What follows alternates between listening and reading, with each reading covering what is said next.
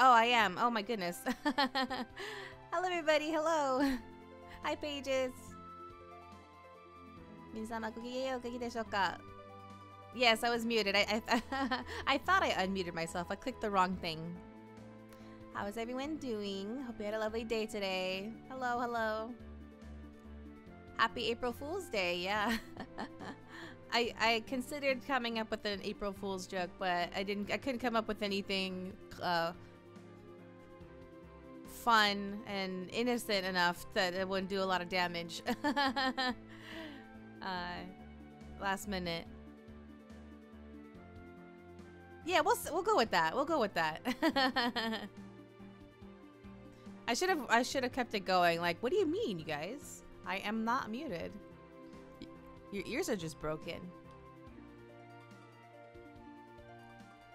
Okay, we're back with the after years. And as we saw yesterday, everything is kicking our butts hard. So we need to do, well, I would like to, I could just use my strongest party members and call it a day, but I would like to get everyone up to around the same level if possible. Might take, that depends on how much time. Well, actually no, I don't think we'll be able to get everybody to Golbez's level. Golbez is level 45. Everybody else is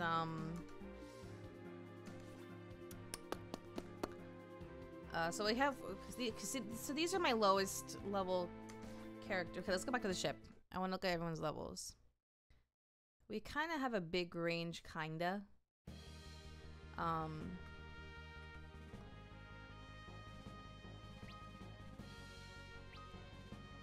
So we have, yeah, Golbez is my highest right now at 45. And then we have, then it just goes, okay, so like lowest is 21. And so we have a bunch in the 20s. And then like half of them, like, yeah, basically half of them are in the 20s and the other half are in the 30s.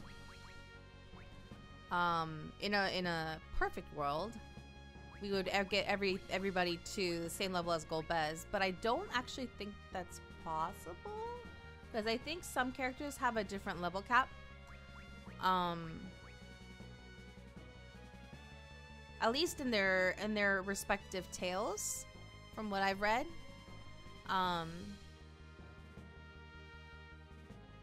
For some reason, there is an achievement to get everyone to level 70. I don't think you want to grind for that long. No. I'm trying to remember. I remember glancing at either a GameFAQs post or a Reddit post of someone's suggestion of what levels everyone should be around at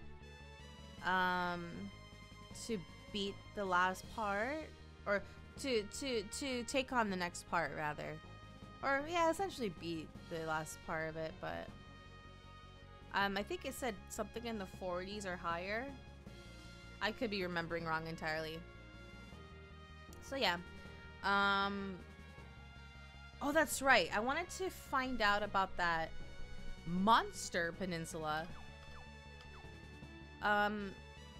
So my next thing is to figure out... Oh my gosh, I'm getting a phone call. Hold on, one moment.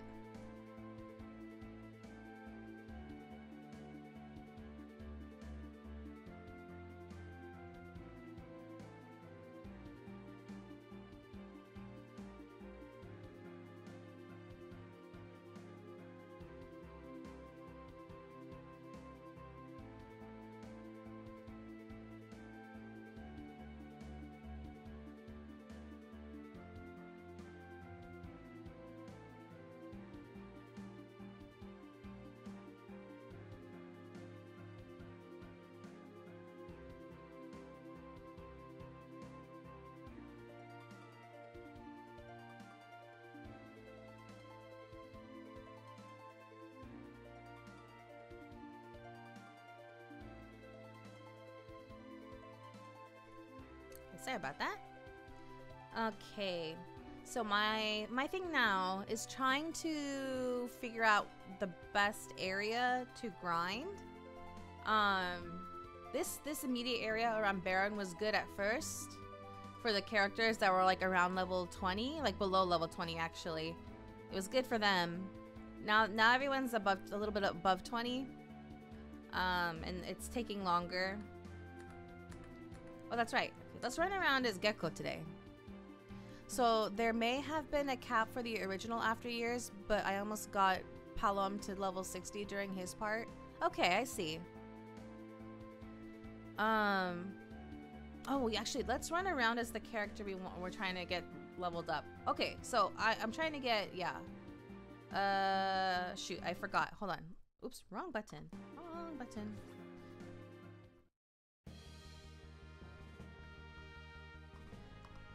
So I'm using my Pokemon leveling approach where I frequently swap out characters so they're like all leveling at the same time, or like they're all even. So once I get one of them at 2, I think this is, let's see. I think there's another character at 22. Ursula? Yeah, okay. So once one of the characters in this current party hits 23, we'll swap them out with Ursula. To make things more confusing, there is different experience groups. Some characters will gain levels faster than others. Yeah, that would explain a lot. we bought a ring called the level band. Actually, you know what?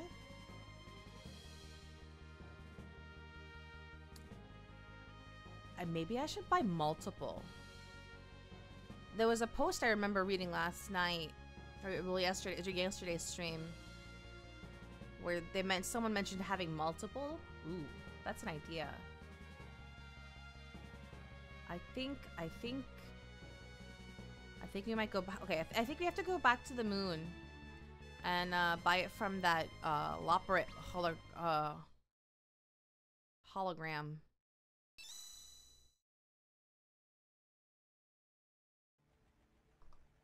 Can't skip this. Okay, it's fine. It's not that long. And then go talk to them. No, wait, armor. What am I doing? Okay, level band. There it is. Okay, yeah, it's not too expensive. We have 1, 2, 3. Buy 4 more. I can afford 4. Yeah. Ooh, expensive. That's okay. Let's equip everyone with 1 then. Right now it's on, the one I have right now is already on Gecko. So we're gonna put 1 on Harley. And Izayoi. Oops, wrong one. Oopsies. What? Oh, I keep doing the wrong one. Where's the level band? There it is. Okay. And then Yang. There, okay, there. And Edward. Where'd it go? Okay.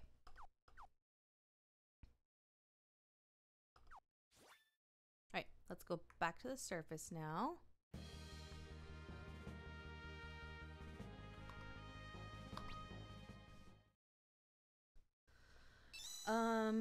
There was, so one of the posts we read, I believe it was on GameFAQs, said that a good place to go would be a place called, well, they called it a Monster Peninsula.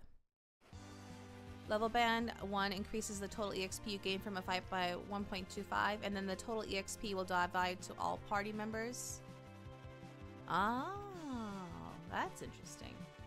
Where's Kaipo? Oh wait, is it this? Oh, I just realized. I think it was this. Okay, so apparently there's like there's a Marlboro that gives you a lot of EXP and money. Is it this little... Oh, is it this little patch of sand? I'm curious. Let's save, because we'll probably get stomped.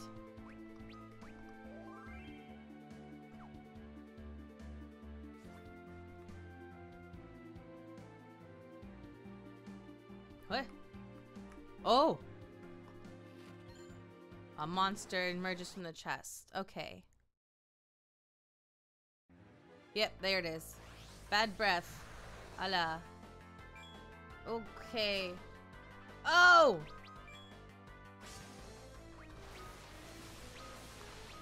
Oh! Oh! Weak element added. Bile. Oh no. Illusions? What does that do? Oh. Confusion? Ha ha ha ha ha.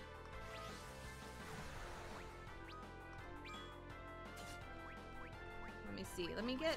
Oh.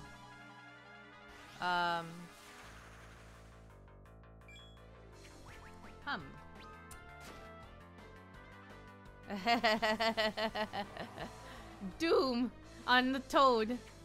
Oh. Okay, that's fine. I was expecting this to happen.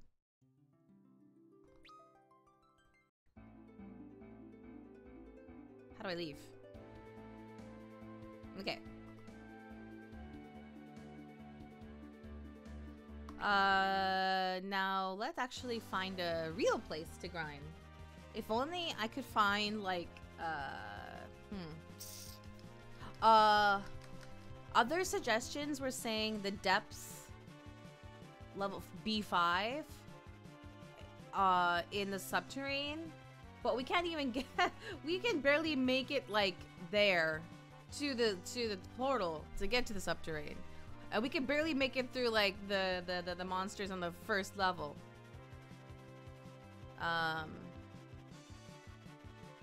So that's what I'm trying to think of or find a place on the surface that has monsters that will give decent EXP. Well, that's the main thing. If they're easy and give good EXP, all the better. But what gives good EXP? Let's do some more Googling.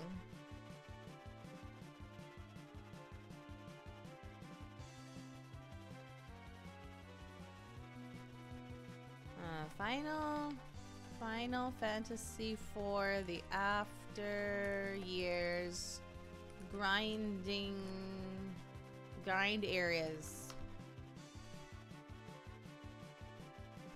Let's see.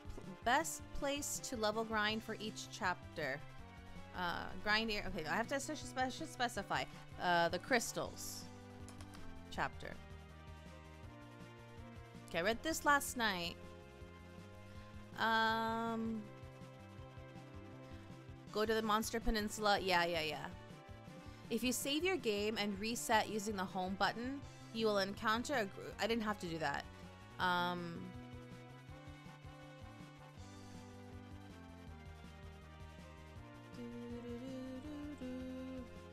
Let's see. Grinding up every single character. Is it that important to grind every character to 40 or 50 before importing the data? Importing the data? Oh, okay. Like carrying over to the next thing. And also, how important is it to RNG everything?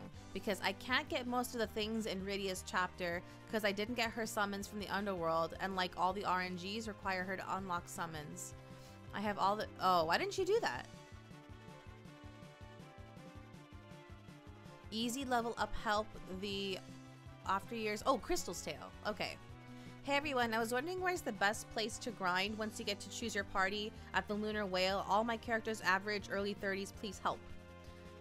Try staying near the whale at first. You can either rest in the basement of the ship to restore your party, or you can swap out a character you want to heal by talking to one of the others on the ship, then swap them back in. This also avoids changing the moon phase constantly.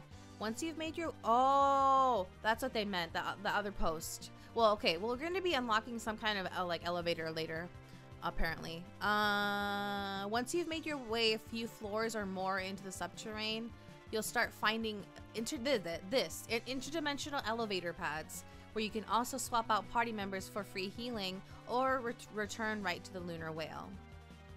Don't bother grinding at all until you hit B5 of the depths. If your characters are at too low of a level, you should play through the CDs. The level caps for each CD are more than high enough to make it to B5.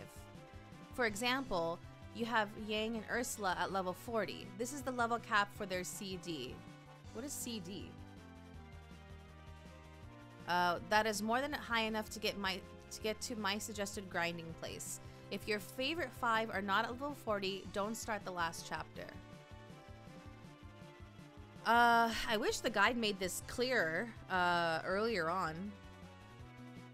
I don't want to go back. You really don't need to grind if you are willing to rely heavily on Golbez. Just make sure to keep the others alive and they'll catch up with time. If you don't want to grind until you get quite far... if you do want to grind until you get quite far, your current floor common encounters is going to be the best thing to go for. Staying near a healing point and abusing all target magic is probably your best bet to get stronger ASAP. The advice to not go to the final chapter is not only probably pretty far from what you want to do. I'm assuming you've already reached the final dungeon, which means there's a lot of gameplay you'd have to redo. Yes, that's why I don't want to go back. But also not really time efficient, since you get far more experience in the final dungeon than anywhere prior, and you can clear mobs faster with Golbez than all those non-Golbez parties in the individual tales. And as per Golbez himself, it's nice to have him paired with permanent characters who can benefit from his efficiency, even if early on none of them back him up as well as Fusoya. In the final chapter, you also only have to focus on the party you want.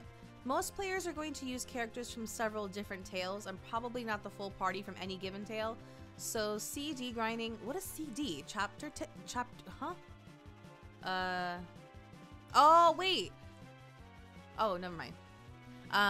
Grinding will either require you to keep people you don't care about dead, or will waste experience on characters who will later benchwarm no better at level 40 than they could have at level 25.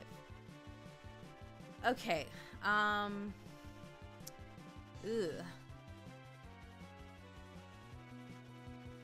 Yeah, so many people say that the best place to grind is in B5, but we can barely make it there. That's the problem. Maybe we should just stick to like very close to the ship, the Lunar Whale. I guess. All right, let's go back to the moon.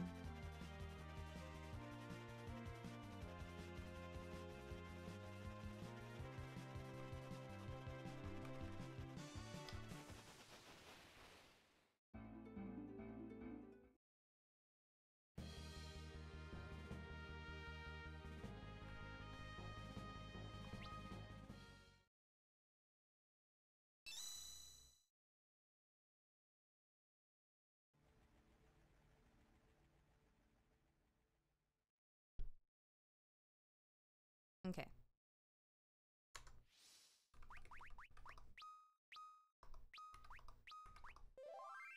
Ugh. Right here. Right here. It's quiet. I'll keep doing that. Maybe not that close. But yeah, so as I was talking about during the stream last time... Okay, wait, I need to focus. Oh my gosh!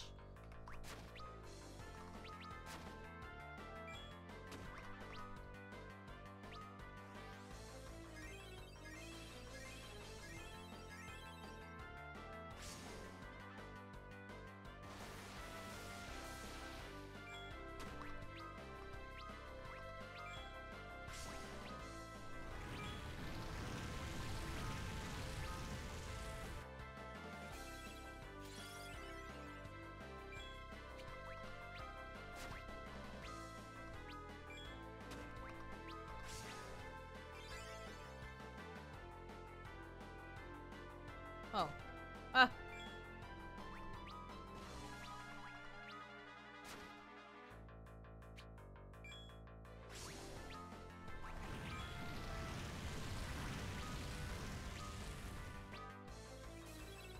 Oh, I should have used a heal. Never mind. Oh no. I should have used a heal. Uh-oh.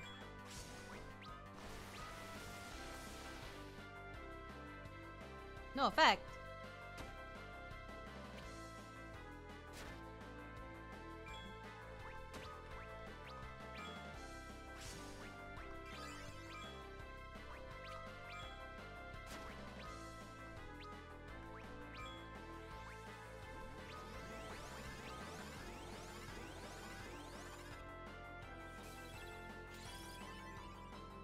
Wow.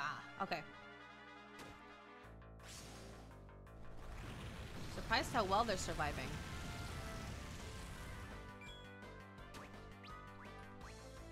Large amount, I see. Huh? No damage. Nice.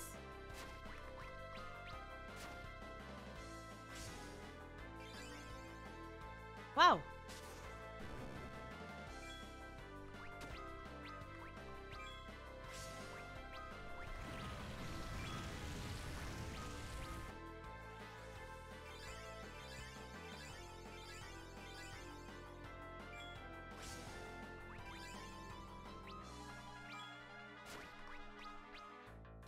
Oh no, Yang! Wow.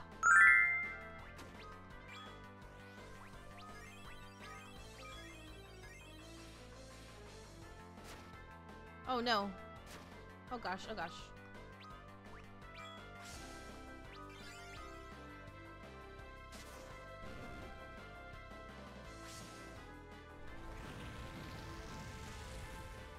Aha! Oh no.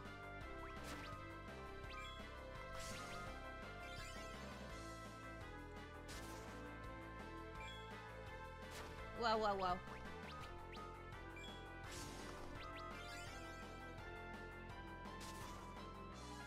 Ha ha ha ha.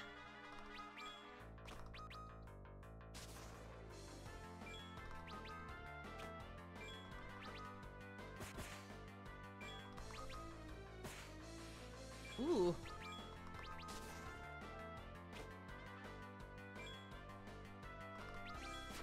Oh, wait. Shoot. No, no, no. Wrong one. Wow.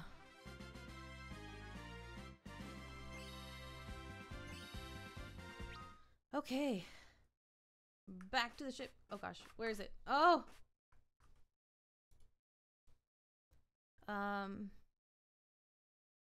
Thank you for the follow. Baron is in decent spot to level until late 30s and also helps practice spans. Cave of the Blonde has stronger enemies but offer EXP close to moon surface. Then moon surface, lower floors, etc. Okay. Thank you. Let me rest.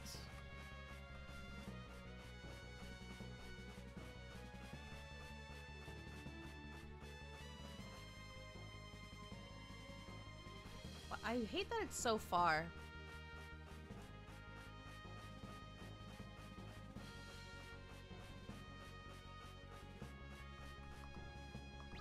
All right.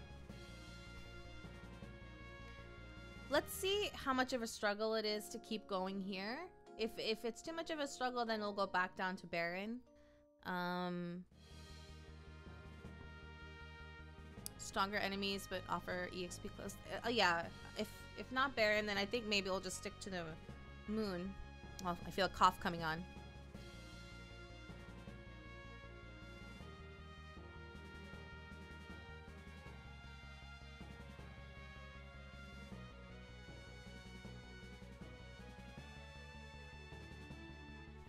Let me drink some water.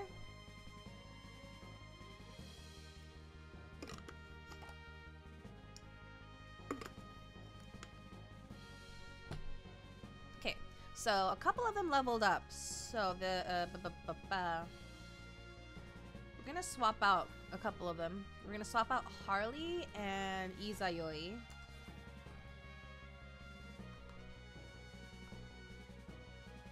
Wait, let me unequip the rings from them.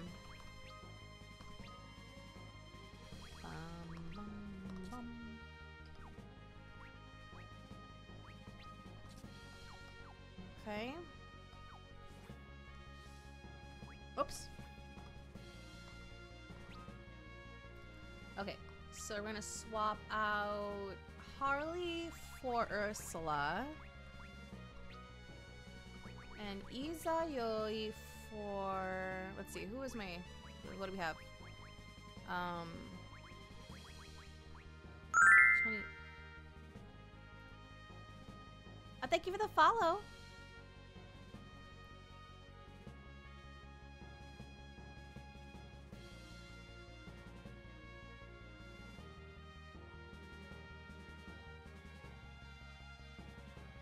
Okay, let's see.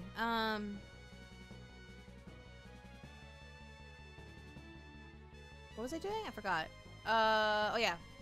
Sorry, I get distracted. Who do we have? Okay, so we have Kalka at 23. Harley at 23. It's actually, yeah. Aside, yeah, Gecko is the lowest at the moment. And then 22. All the rest of my 22s are in the party. Wait, is anybody at 23? Yeah, okay, so Kalka, Harley, Tsukinoa, Zangetsu. Yeah, okay. Let's bring in... Let's bring in Kalka.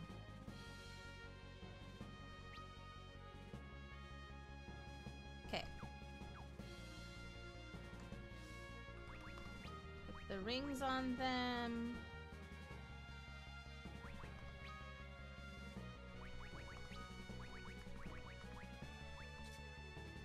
There's Ursula's and then Kalka's. Okay. I don't think we have a heal. Well, technically Edward. We're okay. I should try to like have one. I should have someone who's like a support that can heal in the party at all times if I can. Kalka, Brina, and Edward have a fun band together. I think you have to unlock it first, though. Okay, I see. Where am I going? So who's my lowest right now? Gecko. I still want to get Gecko up.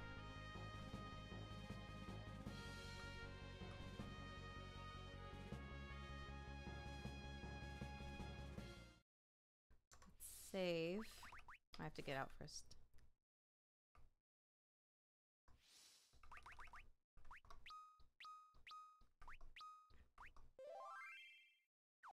Okay.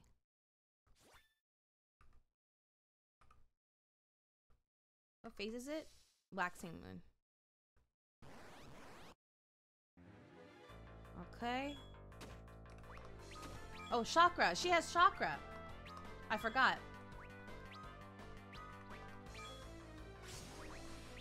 Oh, the poison is so annoying. He does so little damage with his ninjutsu. Ah!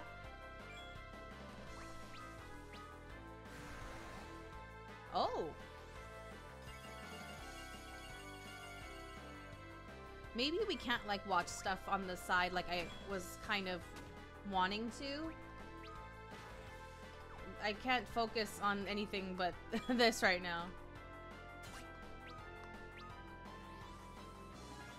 Because I'm trying to survive.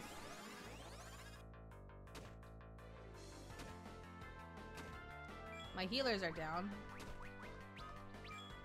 Sort of.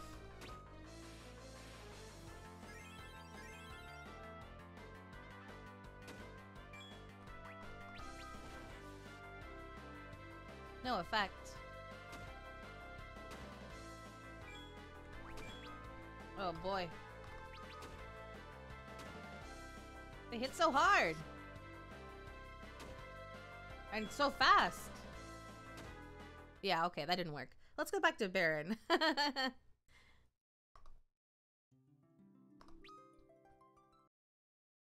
go back to Baron.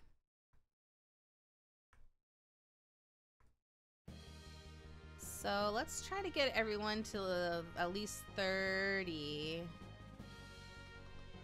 when we on Baron. Hello. Being pulled in different ways. Gonna try to be here before the end. No worries.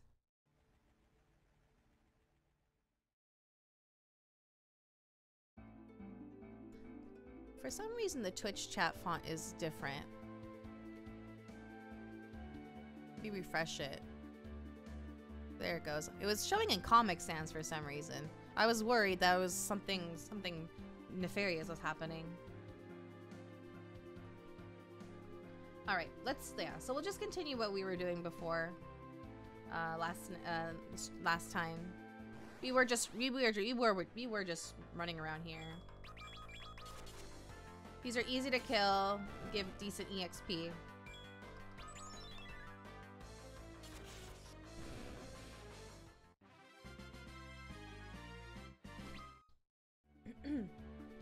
Doing this though, we can watch stuff on the side.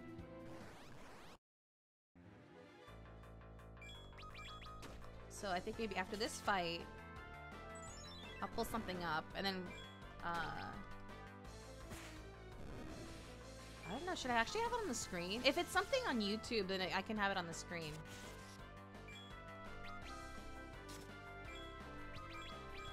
We can get that going. We were talking about it last time and I was like thinking, do I want like, should we watch a show? Should we watch a movie? But then you can't pay attention. Like I would kind of want something on the side that like we can listen to. Or okay, at least that's for me. You guys can pay full attention to the other thing. But I'd like to kind of have something on the side. The game music's really loud for me though, now that I'm thinking about it. It's hard. I wouldn't be able to hear a video on the side, so I can still play something. Or I can do what I can do. I can lower the in-game music.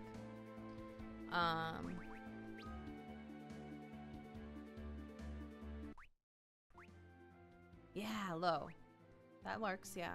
Sound effects is fine. And then I would recommend looking into a few bands. They either hit hard or just funny. Is it too late for me to unlock them though? Or, oh wait, I probably just need to get to the point where I do unlock them, huh? Like just need to fight with them, have them in the party together. That could be something we could do like passively. Unlocking bands. That'd be kind of fun. Let me pull up the list then. Final Fantasy, oops. For the after years bands. Oh wait, there's a guide. There's a guide on the Steam community. An introduction to bands. Okay, I know what they are. Okay, here we go. The following is a list of bands that can be learned in the game. If the band does not say tale specific, you can learn it in the last tale also. If you cannot learn them at a specific time in the last tale, it may require going to a certain event in the storyline in the last tale to relearn them. What? Okay, let's see. Vibra Edge, we got that. That's tale specific. Action specific. Also action specific and character specific and tale specific.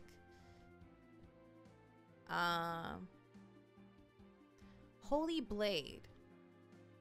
Oh, these are from, okay, these are in Sayador's tale. Okay. It's I wish they let you look at your other characters when you're not at the ship, but I guess I have to go back. If you have to correct people in the party, you can check out what you need by looking in the band section.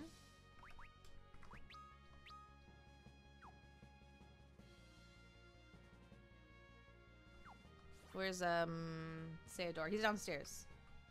No, he's right here. By his dad.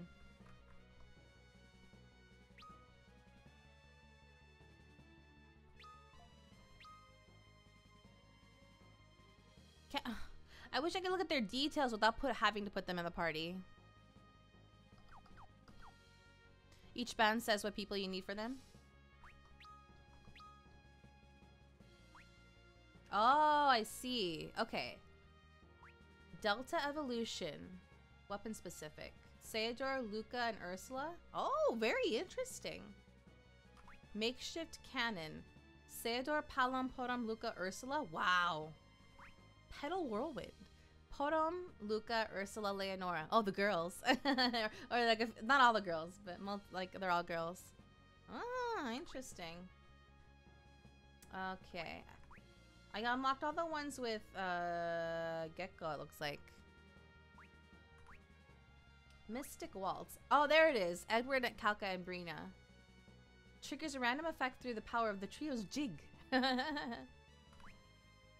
Sylph Protection? Rydia and Yang. Ah, makes sense. Mystic Waltz, that's with Kalka and Brina. Mirage Song? Rydia and Edward. Oh. Weapon in Progress. Sid, Edward, Luca, and Harley. Oh. Interesting. Wait, come on. Okay. Luca, Hoseador, Luca, and Ursula. I think I should be able to unlock these when I get them closer to, like, when their levels start catching up to the others. Some require certain weapons, like how Rydia needed a bow with edge for the heartbeat attack. Right, right. Okay. Understood. Wait. Gecko leveled up. But he... Okay, that's cool. Okay, great. No one is below 22 now. What are the other levels that I have?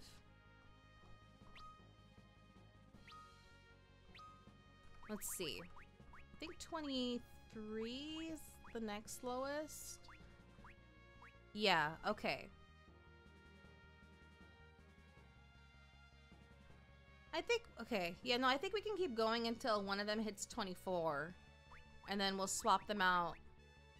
We'll get Zangetsu and Tsukinoa and Harley in there.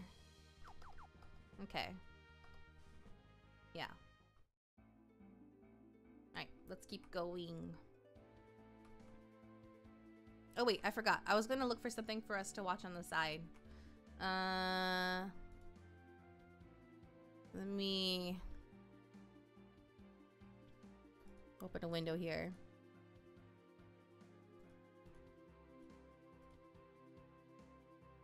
Bum, bum, bum, bum, bum.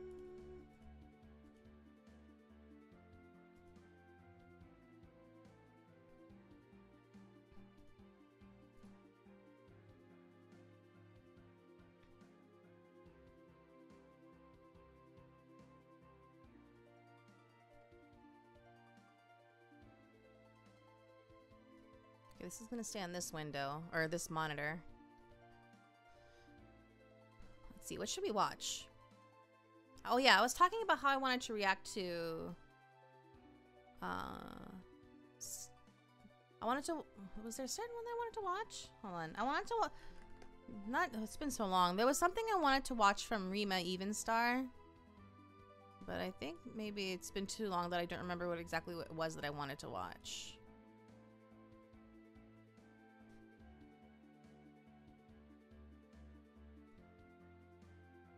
Let's see. VTuber Corp gets biggest VTuber, huh? VTuber Corp biggest blunder forced VTuber to no. Why do people hate VTubers? That sounds interesting.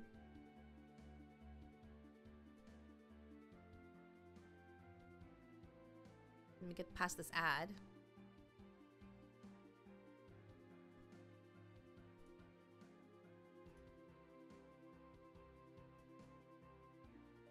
Okay. Let me get on the screen.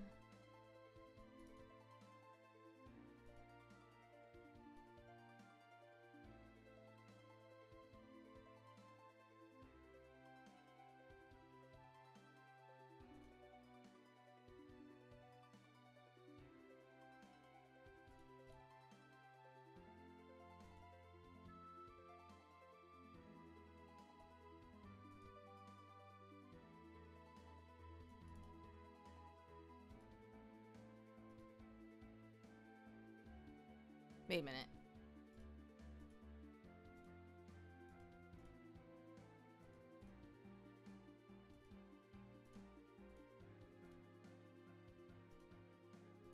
Oh, okay.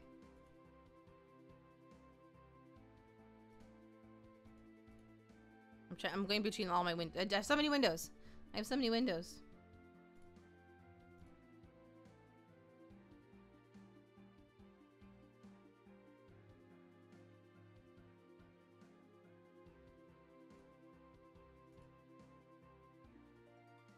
Where is it?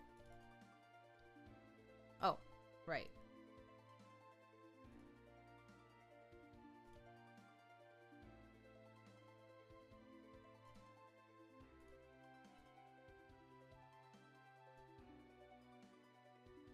Actually, hold on. This is fine. This is fine.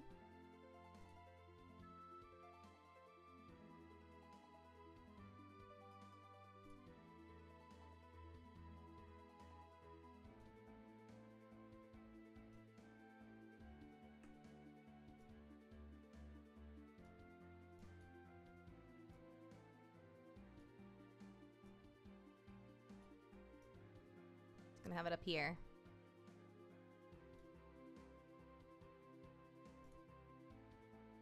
Does it have audio? Hold on, let me see.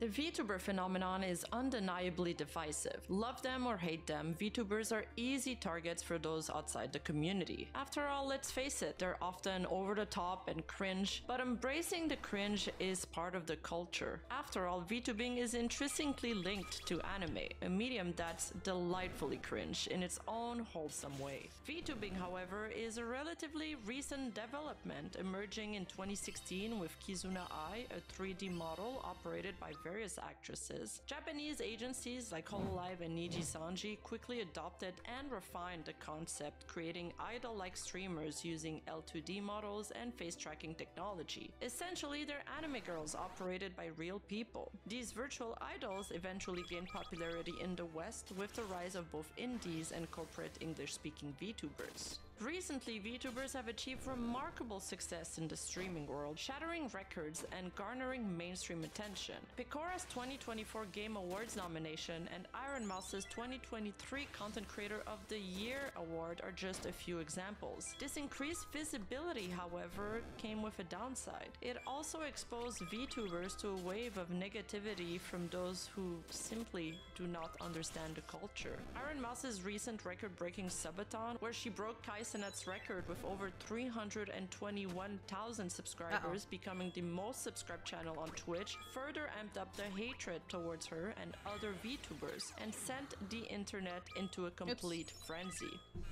I'm dead ass cooked. I'm dead ass. I'm not even trolling. I'm cooked. Grill your Oh no! Oh no, you're cooked. It will always be on. Eventually, the GOAT, Kai Cenat himself, had to defend Iron Mouse and tell his audience to calm down. I seen the majority of people hating on Iron Mouse for breaking the record. I'm not gonna lie. You feel what I'm saying? When you first look at this shit, you probably are wondering to yourself, what the fuck? This is weird. How the fuck this shit even happened? But chat, if you guys know your Twitch history and stuff, Iron Mouse has always been top 5 all time. She's always been on the leaderboards all time. Someone had to school him. Adding to the irony, Kai Cenat, in a gesture of good faith, even featured Iron Mouse in his subathon, showcasing the custom VTuber model she commissioned for him. This makes Cenat one of the few prominent content creators to actively challenge the negative stereotypes surrounding VTubers, despite having no direct involvement in the community. But we need more of that. These misconceptions actions and negative portrayals of VTubers have been leading to an increase in hateful comments, misinformation, threats, and doxing. But these occurrences aren't anything new. A quick glance at Iron Mouse's TikTok comment section will tell you all you need to know about the general feelings towards VTubers. And the wave of negativity directed at VTubers shows no sign of slowing down. This year alone, FaZe streamer Stable Ronaldo targeted VTuber Leah Kitties during an ASMR stream, directing significant negative attention towards her and using her stream as content for his own channel. Wait, she's talking. Can you say his name?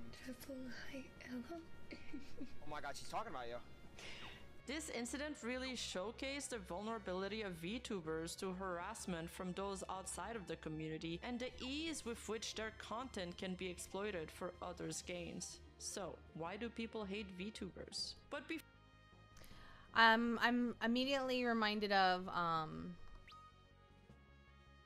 there was this whole thing that happened on TikTok a while ago where people were making fun of a certain VTuber. I can't remember his name, but he's I think he's a Thai VTuber, and it was from like a performance or like it was a performance. I think it was at a convention or some kind of event. Hello. Hope your first day of April has been well. It's been okay, thank you. I hope you had a good first day of April yourself. But there was the so he was performing for this event.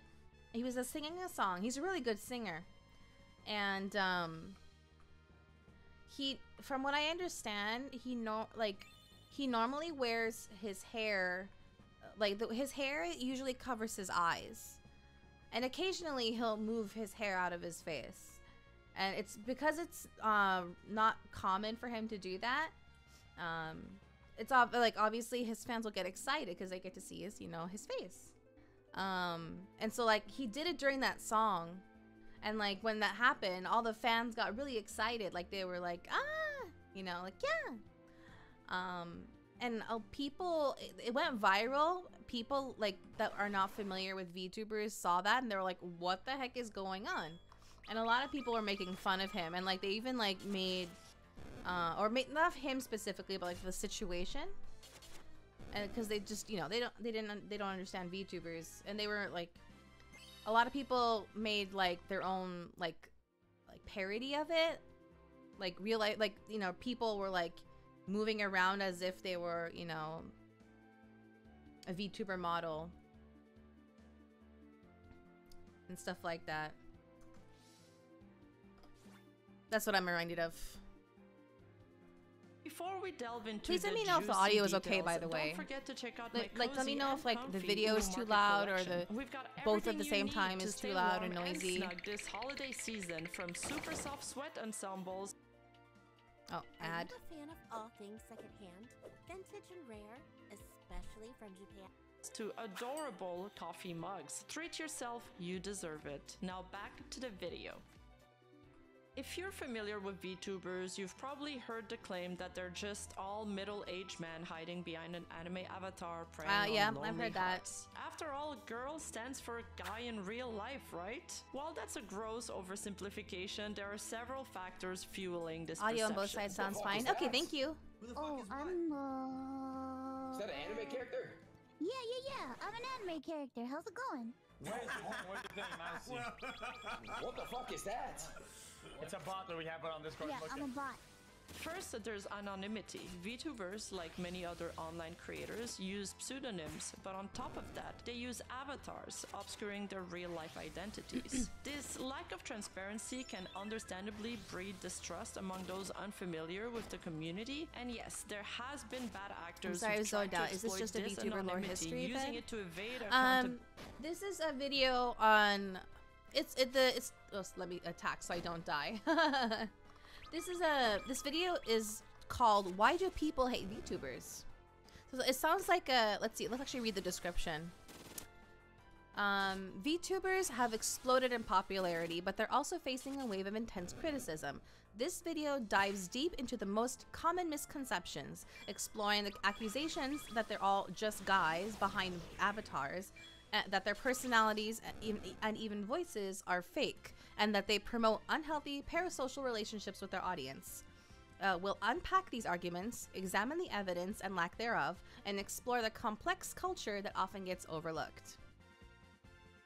There should be an auto battle button if that helps. That's right, yes, I forgot what that was. Thank you. I believe it's, we'll find out next battle. Oh, another cough coming on.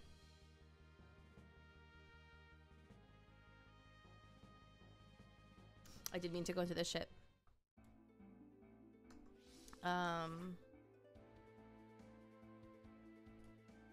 For their actions. Thankfully, these individuals are usually quickly identified and ostracized, but it's crucial to remember that many VTubers choose anonymity for legitimate reasons: privacy, a desire to focus on their persona rather than their appearance, or even to protect their health. As Mangold put it plainly, some VTubers use Avatar because their physical appearance is irrelevant to their content. Others, like Iron Mouse, rely on avatars to continue creating despite their chronic illness, making it impossible for them to perform as regular streamer or idols otherwise. The anonymity, while sometimes exploited, is also a tool that allows many VTubers to thrive and share their talents with the world. Unfortunately, some prominent content creators are actively contributing to the spread of harmful misinformation about VTubers. Recently, Aiden Ross, a hugely successful streamer who rose to fame on Twitch before moving to Kick, commented on Iron Mouse's record-breaking subathon, perpetuating negative stereotypes about VTubers.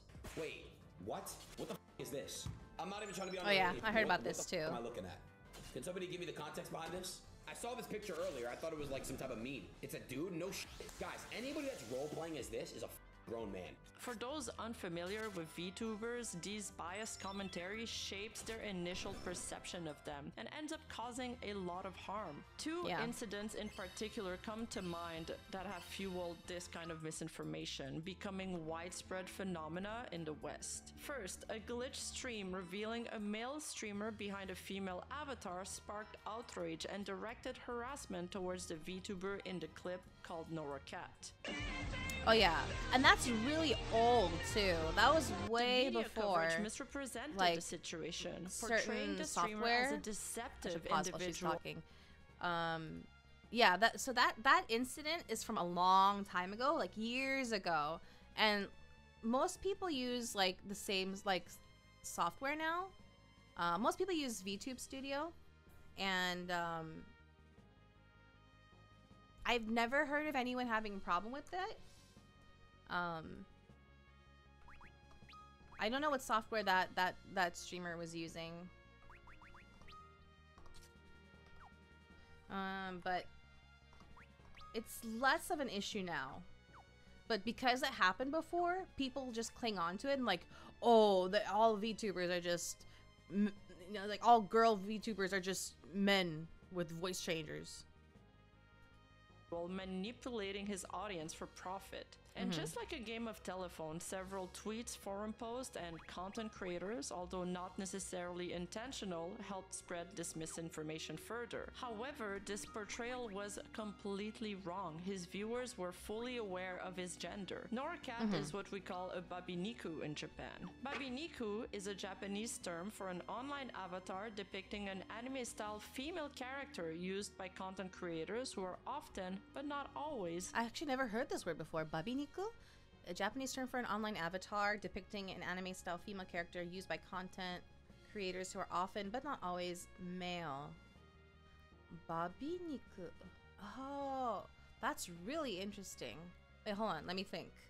I'm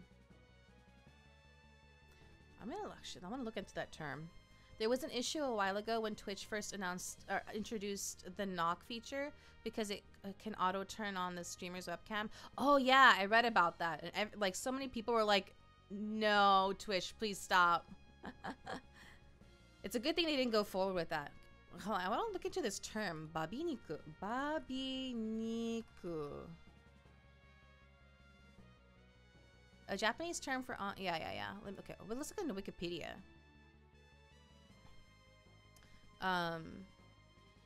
Babiniku, the kanji is really interesting too. Like, so there's ba, which is in katakana, and then bi, which is the kanji for beautiful, and niku, which is the kanji for meat. Something beautiful meat. So that's really interesting. It's a Japanese term for an online avatar depicting an anime-style female character used by content creators who are often but not always male. The term is an abbreviation of virtual bishoujo junniku, meaning virtual girl incarnation, or virtual bishoujo self juniku. Ah, naruhodo. I understand. Babiniku may be using an avatar of a cute girl, acting as a virtual girl in a virtual space such as VR chat, or acting as a virtual YouTuber or virtual idol. They may modify their voice into a girl's voice by using a voice changer, or they may simply use their natural voice along with the female 3D model, live 2D model, or static picture. If an adult male uses these sorts of female avatars, he may be called a babiniku oji-san, a virtual incarnated guy, a virtual girl incarnated guy. The knock feature is still a thing, but now it has extra features that let people... Oh, right. No, you're right. Yeah, I forgot about that. I remember having to look into, like, the settings for that, actually. I think? Or thinking about looking in the settings for that. Yeah. You're right. Interesting. Okay. Let me... Hold on. I think I may have messed up their equipment when I was looking... I was trying to multitask and I may have messed up. Hold on. Ursula, Gecko, Zangetsu. Yeah, I took it off Zangetsu for some reason. I meant to take it off of Yang and Edward. Oh, not everyone is wearing one, huh? Wait. I should have two. Yeah, okay. Yeah, I took it. Okay, that's where I messed up. I took it off on Zangetsu. I didn't want to do it on. I wanted to keep his. Didn't they make a reference to Babiniku in Kukiyomi 3? I haven't watched that. Kukiyomi 3, is that an anime? Kukiyomi? Kukiyomi. Oh wait, you mean the game. I haven't played 3, I think. Yeah, I haven't played 3. I only played 1. If they did, that's really funny. And meta. And funny.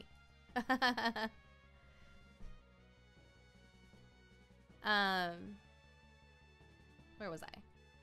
We gotta switch out the party.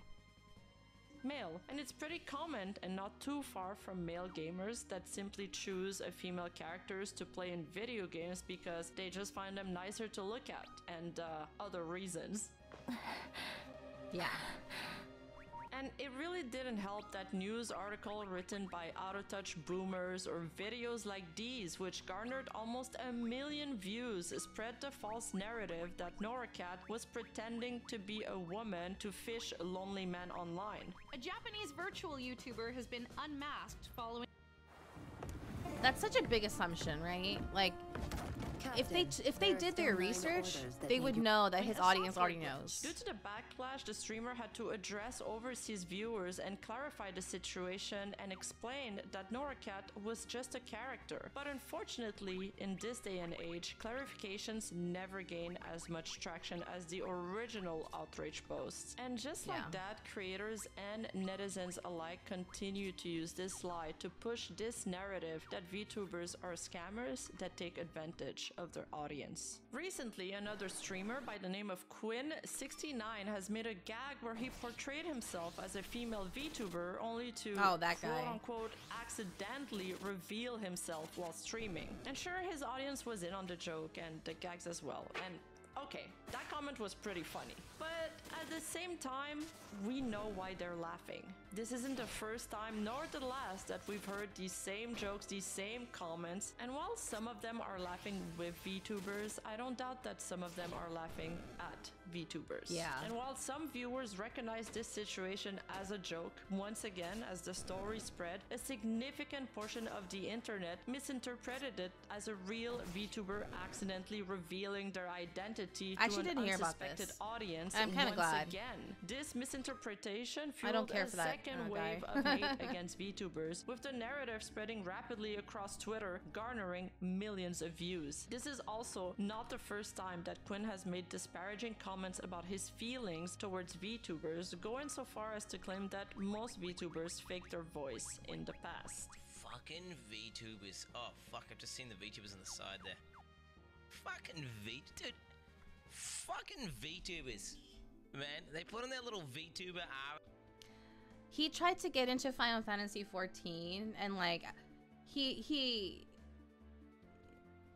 didn't go well. Like he was kind of into it for for a little bit, but then so he didn't like something, and then he started like, you know, trash talking the game, and it's just like, okay dude, get out of here. avatars, some kawaii cute little cat girl, and they talk in this stupid fake fucking voice. Oh my god, I'm a little VTuber. Oh wow. So, I have a feeling he doesn't have such a good opinion about VTubers in the first place. Which leads me to my next reason why people hate VTubers. VTubers are fake. A lot of people believe VTubers either fake their personalities or their voices. This is the case of mainstream streamer Brittany Venti, who openly criticized Iron Mouse, claiming her high-pitched voice was faked, when in fact, it is the result of her chronic illness. I need to know! But who am I kidding? I'm just jealous, okay? She's naturally like that. She just naturally talks like that. I have no idea who this person is. I'm sure. It's not because she's an anime waifu. Venti was even insensitive enough to doubt the existence of Iron Mouse's disease, which is honestly not only seriously messed up, but these kinds of remarks really underscore the pervasive distrust surrounding VTubers in general. That's what's so funny. She told y'all, no, we're gonna sit down and work through this, okay? You're telling me she sat down here and told y'all, I have a condition. Another misconception that I hear a lot is that VTubers are operated by AI. But Chad, if you actually looked at her stream and actually kept up with what she's doing, you feel what I'm saying? Not only was it for a good cause, but it was pretty well put together for, you know. Oh, the Iron Mouse big streamer. Oh, the other girl? Good question. Good question, right? A popular AI VTuber, most VTubers are operated by real people. Even with Neurosama, her enduring appeal comes from her creator, Vidal, and the funny interactions they share with other regulars on their stream. If Neurosama was purely AI, her novelty would have worn off much faster, just like many other AI influencers have in the past. VTubers are cringe. Can't have a singular conversation without Kitty going,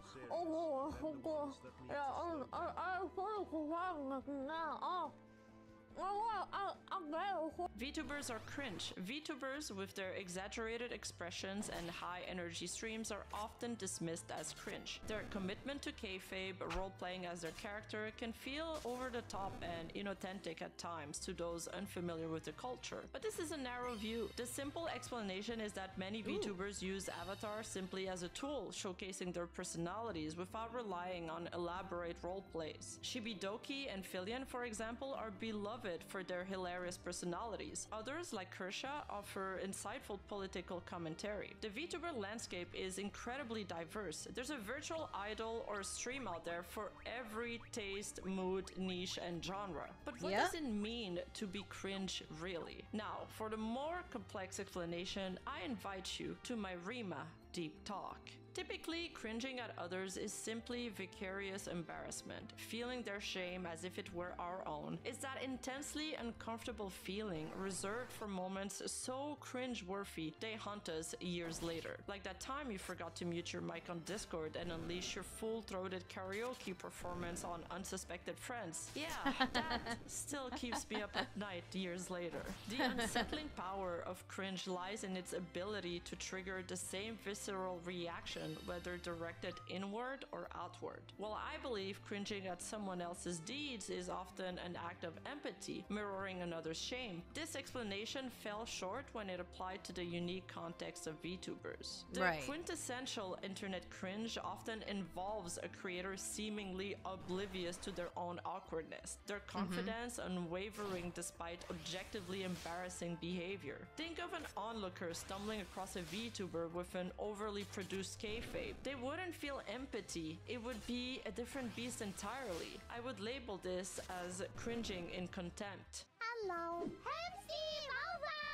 So we can distinguish between empathy cringe and contempt cringe. Empathy cringe mirrors the creator's own discomfort. We feel their embarrassment. Contempt cringe, however, is fueled by a sense of superiority. We cringe at the VTuber, not... That's a really good distinction. There's empathy cringe and contempt cringe. So like, there's the kind of cringe where you're like, ooh, oh gosh, don't do that. You're gonna hurt yourself. Or you're gonna embarrass yourself. Please don't. I don't want you to go suffer through that. Suffer that. You know, that's empathy cringe. And then contempt cringe is like, you just have like a. I need to get past this screen. With them, experiencing a distinct feeling of being better, more sophisticated, more self. Yeah, like cringe, like ew, like why are they doing that? I'm not like that, kind of thing. Self-aware. This is a type of cringe I've encountered the most. I hope I don't get in trouble for pausing on that screen. Why the same VTuber clips were used over and over again in these VTuber hate videos, and why they triggered such a visceral reaction. We cringe at the overly sexualized persona that falls flat. You want to be my actual daddy? Or the desperate attempt at relatability that feels forced and inauthentic. Oh yeah, wait. What is it people wanted me to do? Is it? Well, add.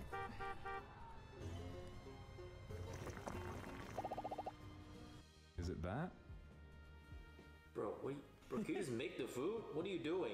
This contempt, this feeling of being above the VTuber allows viewers to bypass any empathetic response and enjoy their humiliation without guilt. It's a perverse form of Schadenfreude where the creator's perceived failings justifies the viewer's amusement. The often exaggerated, over-the-top nature of VTuber personas, coupled with the inherent artifice of their virtual avatars, creates a fertile ground for this contempt cringe. It's become an us versus them dialogue. Part of the backlash against VTubers stems from their success and popularity. After all, any trendy phenomenon attracts detractors. But the criticism of VTubers runs deeper. It's fueled by two key factors. First, VTubing's roots in idol culture have drawn criticism for its inherent encouragement of parasocial relationships. The intense connection between fans and VTubers while creating strong bonds and community can also lead to unrealistic expectations and unhealthy obsessions. Second, the tendency to label fans as simps contributes to the negative perception of VTubers and their audience. This derogatory term...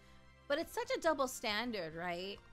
Like, not normal streamers, but like, you know, streamers that are not VTubers, streamers that show their actual face, they will do all these things. And like, female ones, their fans will be called simps, right? That's a whole other can of worms, but I feel a cough coming on.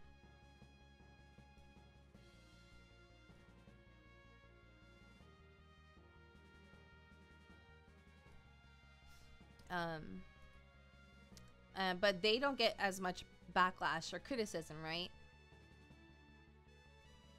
diminish the genuine emotional investment many fans have in their favorite creators, and fuels the narrative that VTuber fandom is inherently irrational and even pathetic, and that it's mostly consisted of white knights and quote-unquote losers. For some odd reason, I feel like I can perfectly envision who wrote this comic. Yep.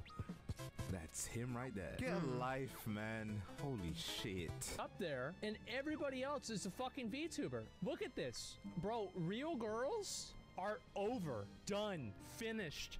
Real girls are a thing of the past. And while some VTubers might cultivate that's a whole other conversation. Sometimes to an unhealthy degree, most creators maintain a wholesome connection with their fan base. Parasocial relationships, in fact, aren't solely dependent on the creator's action. And the proof of that is that fans form one-sided attachment to celebrities, fictional characters, and even AI chatbots. Yeah. This attachment doesn't have to be always romantic. It can be a powerful form of friendship that fosters strong audience support. The great friend experience can be as powerful as the girlfriend experience. Ironically, many male streamers who heavily criticize VTubers for encouraging parasocial relationships benefit from the same dynamic with their own fan base, who also donate literally what I just amounts to them. They just don't realize it yet. This is crazy. Look at it's literally lagging. It's actually lagging. It's going so fast. Wait, how many subs am I at? I don't even know. Yo. Happy 9/11? What the hell? Dude. Let me see. See?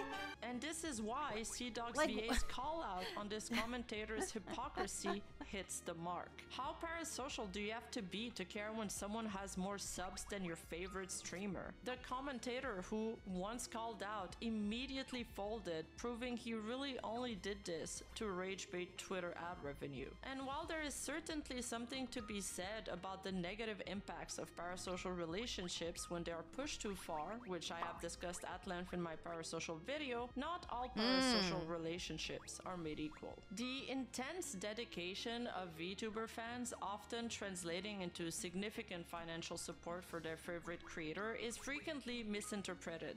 The term simp, used to label these fans as pathetic individuals throwing money at anime girls, is a gross oversimplification. While some fans might fit this stereotype, the same could be said of fans of many male streamers like Asmongold or XQC. There are extreme cases, but most VTubers fans live normal, healthy lives. The VTuber community is an incredibly diverse community, encompassing a wide range of people, and reducing them to unhealthy losers is simply inaccurate. In fact, the term simp is often used derisively against anyone who expresses support for women, and is often used by men to tear down other men. And if you've been in online gaming spaces, you've heard that term frequently. It's nothing new. You could be in a game lobby, a woman speaks, it provokes a reaction, and then the one guy that says, "Come on guys, let's just focus on the game," will get called a simp. It's just become another word that is overused and has lost all meaning. To wrap this up, a large portion of the fan base lives shockers' normal lives. Wait, I want to read that. Hold on. Hey guys, I don't have money for super chats and no time to watch all streams. I feel like I'm not really a great Hololive fan. Okay, that's one type of fan, I guess. Hey champ, no need to worry. The Hololive VTubers themselves remind us all the time that we shouldn't spend money on them if we can't afford to. Your support and passion are already worth a great deal. I see. Okay, so this is a positive meme. I agree with my fellow fan there. I'd also like to add that you don't need to watch everyone and everything. Keep yourself to a healthy pace. Just with your finances, you should look out for your health first before investing it into Hololive. Yeah. I agree with King in Chief, and would also mention that there is no need to stay up to date with memes and fan behaviors. Move at your own pace. The only thing you need to be great at, the only thing you need to be a great Hololive fan is love for the girls. How you express it is up to you and your means. Just don't forget to treat other fans a large the same. Portion of the fan base. Yeah, that's a very wholesome meme. Simp equals squirrel in my pants from Phineas and Ferb. Oh, I had never watched Phineas and Ferb, but that's good. That's good. Lives shockers normal lives. They are healthy, well-dressed, and are functioning members of society. Yeah. And there's even women in there. Yeah. I know, you didn't see that one coming, did you? There's a clip often used to represent VTuber fans that went absolutely viral for all the wrong reasons. 4, 3, 2, 1. Happy New Year's. Yay.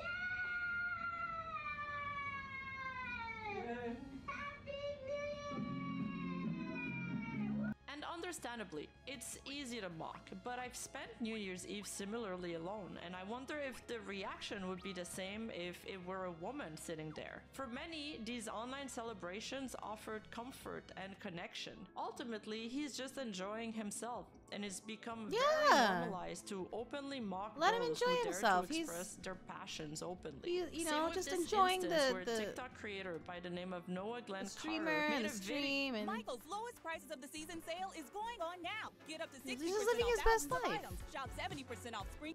Mocking the crowded lineup for an Iron Mouse Oh, this is virtual I hate meet and this greet. video. This might be the saddest He video on the apologizes internet. afterward, So but I want it's you to so take a look at all these disingenuous. people. They were all trying to get the attention of a monitor. Basically, that's a popular VTuber on the monitor that was virtually attending an anime convention.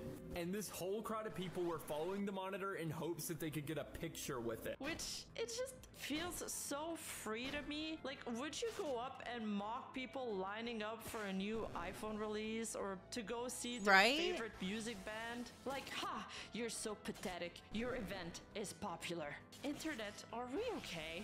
To be fair, Noah did end up retracting his video and released an apology once called out And for Michael it, got the lowest but sales? It's something that would Oh, wait, I have don't get been it. totally avoided if he just did an ounce of research before pressing the upload button on his video. This whole topic of hating on VTubers kinda reminds me of that George R.R. Martin quote. Toxicity is growing. It used to be fun talking about our favorite books and films and having spirited debates with fans who saw things differently. But it's no longer enough to say, I did not like this Oh, the book timing of the or ad, I see. this film, and here's why. People would rather talk about the stuff they hate than the stuff they love, and delight in dancing on the graves of anyone whose film has flopped. Very based, but That's very true. And I think we have Twitter to blame. And social media in general. And it's because negative engagement is encouraged because that's what gets engagement, right? There's more engagement happening when people get angry at each other. That's basically why social media, like namely Twitter's like the worst offender, I think. But it happens plenty on like Instagram and TikTok and everything.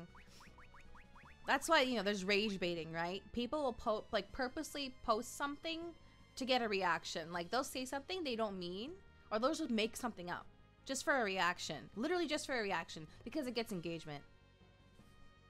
Yeah, that sucked. I just really dislike people who knock on the regular VTuber culture without studying. Yeah. This, it's, like most things, like most hobbies and subcultures that have, like, that kind of a big, following that people don't understand. But also, George, I need you to stop giving interviews and go back to finishing your goddamn book, motherfucker. I was also surprised to find that a large portion of VTuber haters think VTubers don't put any efforts into their content, past the initial cost of setting up the model, when in fact the main draw to VTubers is probably their vibrant and highly produced streams. I mean, yeah, sure, it looks like a lot of effort to set up, but once that's all said and done, what the fuck are you doing? Literally, all they do is sit there and go, thank you for the donation, Oni-chan senpai, uwu. It's fucking pathetic. Now, But how is that any different than any other streamer, a non-VTuber streamer, sitting there and playing their games? Like, how is that any different? Or they're just sitting there literally doing nothing, right? Like that, I can't remember his name. Or they're just sitting there reacting to other stuff, They're not even really talking. They're just, or, literally just, I'm getting riled up. there's a recent case of people getting mad on X because a VTuber got a new model with a hairstyle they didn't like them to have. Really? I'm not surprised, but I hadn't heard about this. That's unfortunate. You know, if you're really like their fan, you should be happy for them, right? Because they, you know, if it makes them happy,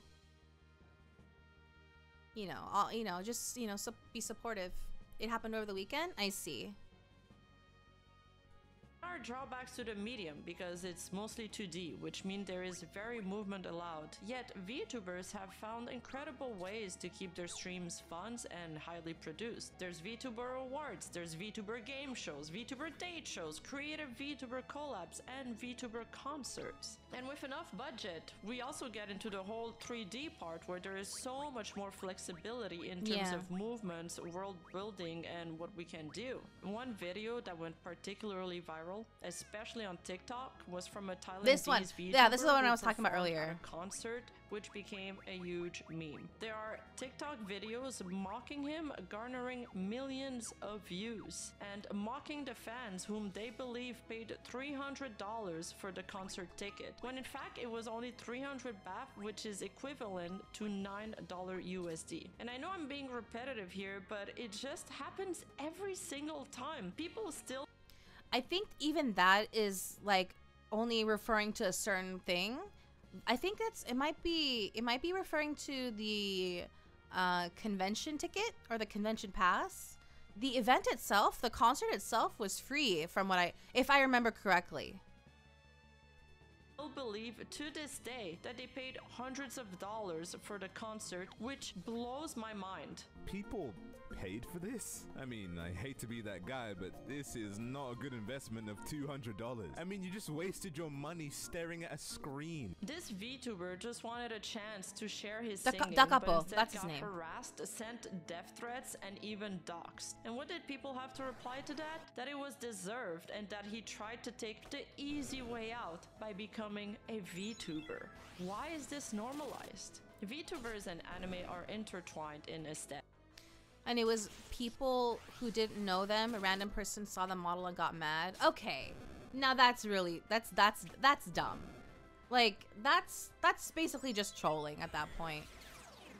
The amount of rumors that were taken as fact on the TikTok comments. Right. The concert was free? Right, yeah, okay. I'm remembering correctly. Yeah, it was. So if you dislike anime, you probably won't be attracted to VTubers in the first place. Yeah. Anime has grown in popularity in the past few years, which has made it something more mainstream to like. But there are still remaining stigmatization associated with it. VTubers and their fan base are often described as perverts. And you know what? We are. But we're also adults, so we can be. So take your Puritan beliefs elsewhere. For people that aren't anime fans, VTubers are weird for sure, and accepting that is the first step. Trying to explain what VTubing is to a normal person is extremely difficult. Even to this day, whenever someone sees something anime style, they just associate it with cartoon, which equals kids in their head. They see adults enjoying things that they've decided is for kids, so they automatically assume it's weird. When confronted with something unfamiliar, our brains strive for consistency. If we encounter something that challenges our existing beliefs or understanding, it can create a cognitive dissonance, a state of mental discomfort. To alleviate this discomfort, people resort to negative judgment or rejection of the unfamiliar, which is exactly what we are seeing go down on social media right now. This article in The Simpsonian explains why anime is considered weird to a lot of people. In my experience, many people are hesitant to watch anime because they're simply not used to the animation style, finding it too unconventional or unattractive. Anime characters often have very distinct and exaggerated facial expressions, often with large and eccentric eyes. The way anime artists depict movement in the face and body also differs from that of Western animation, specifically the animations of characters' mouth when speaking. I also feel that a lot of people who are quick to judge or deem anime as weird do so through the association of the people they know who watch anime. Just because the kid you bullied in high school for being weird watched anime doesn't mean all anime is weird, and most of all, it doesn't mean you wouldn't enjoy some. Personally, myself, I don't get the appeal of VTubing because I'm not attracted to minors, but that doesn't mean it's Oh my not special gosh. to some of you out there. And finally, there is the lolly stigma associated with sexual degeneracy. In the Yeah. West, people often don't know what is an actual lolly. Is it this or is it this? There's Yeah, no they downside actually- to using that's a it very every good day, but point. The thing is, this They stuff don't know. is not inexpensive. The acidified cleansing bar. Heck, is Iron Mouse considered a lolly for them too? The definition of lolly changes so much from person to person, it's almost impossible to have everyone agree on it, regardless of how knowledgeable they are on the topic. And the truth is, most normies won't know the difference. While some believe animes set in high school are considered lollies, the most accepted definition of lolly is not even sexual. The word lolly most often refers to a young or young-looking girl character in Japanese anime and manga. Meanwhile, the term lolicon is a genre of fictional media which focuses on young or young-looking girl characters, particularly in sexually suggestive or erotic manner. And while some characters may be lolly presenting, that doesn't mean that they are necessarily suggestive. One Right. can go with the other, but it doesn't have to. One very vocal critic of VTubers and lolly characters was mainstream streamer Brittany Venti, who believes Gargura,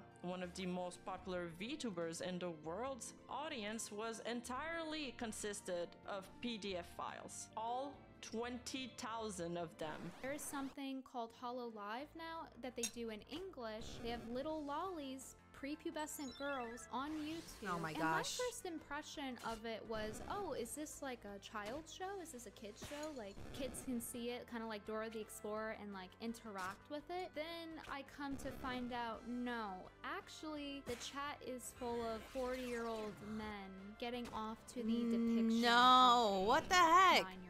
Where are you getting this If the information? sexualization of minors makes me a SJW, then call me Anita Policeman, because these icons should not be on the internet openly promoting pedophilia through some Oh my loophole of where gosh. they'll say, oh, actually this depiction of a 7-year-old child, they're actually like 1,000 years old, so it's fine. No, you are still masturbating to children. Oh my gosh, The irony stop. of this woman speaking like this wearing a Sony shoe necklace does not escape me.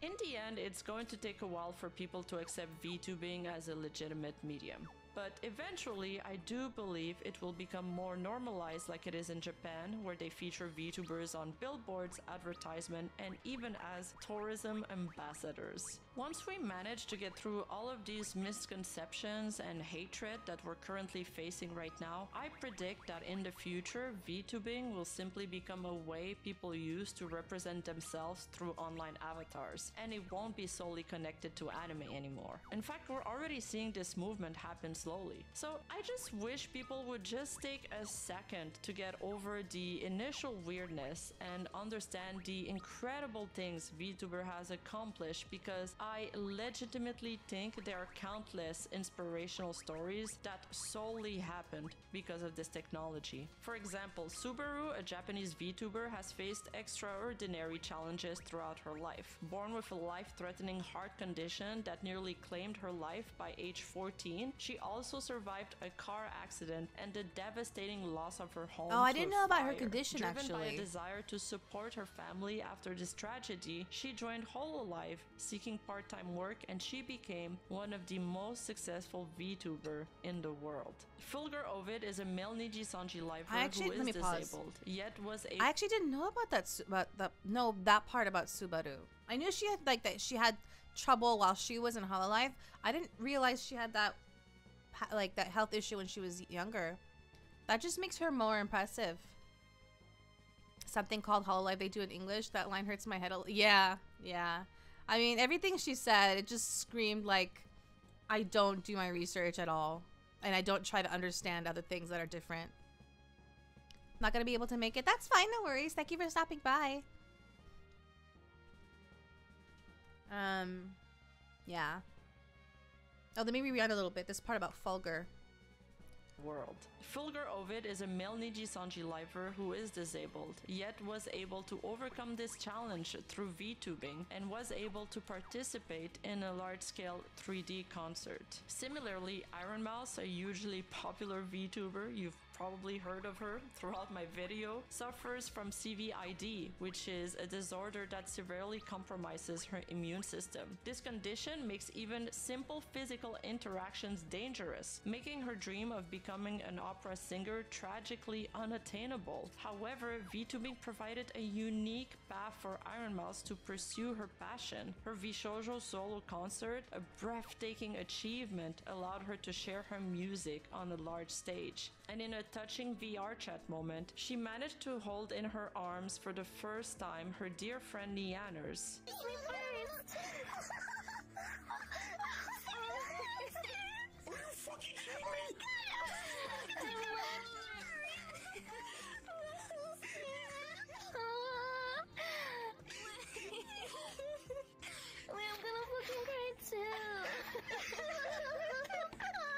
Aw, I didn't know about this. And this was such a touching moment when you understand everything that this gesture that most of us take for granted entails. Knowing the physical limitations of her illness and how VTubing technology enabled this truly intimate it's been connection, so good for Iron something Mouse. that would have been She deserves virtually everything. impossible in real life, really demonstrates how truly she deserves all the good incredible things. the medium She deserves all the of good VTubing things. is. Dad, at the end of the day, I started VTubing because I was lonely. Yeah. The only reason why I started any of this was because I was lonely, and because I was at a point in my life where I was the lowest that I could ever be. I struggled so much in my life, and I love you so much, you have to die. I remember laying in bed thinking, and I haven't done anything with my life. This can't be it. There has to be more that I can do, and more things that I can do. And I just remember feeling so scared because I thought, man, I'm gonna die and alone, and I'm not gonna get to do anything with my life.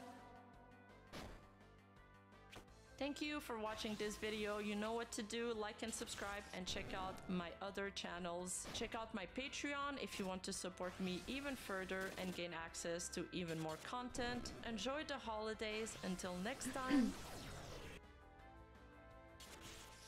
Good video, good video. Season. From super soft sweat ensembles to adorable I said. Like this. Iron Mouse's recent record-breaking subathon, where she broke Kai Cenat's record with over 300,000. How do I say this number? Where she broke Kai Cenat's record with over 300,000. 321,000. Okay. Or the desperate attempt at I can't say this word. Relatability.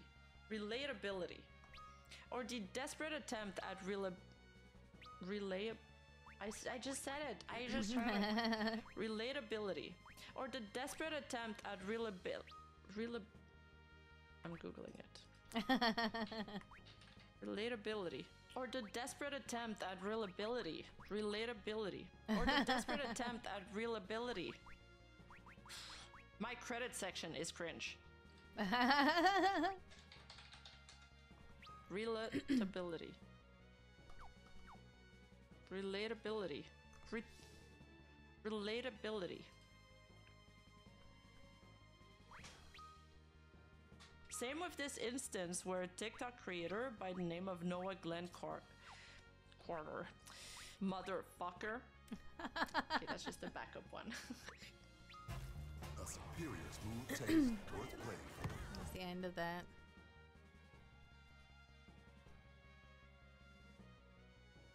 Good video, good video.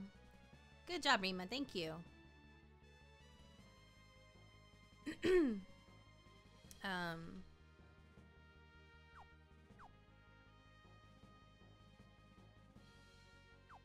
I forgot what I was gonna say.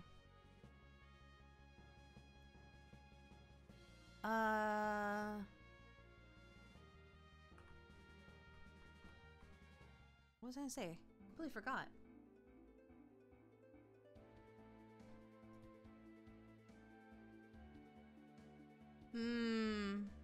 Oh well. Excuse me.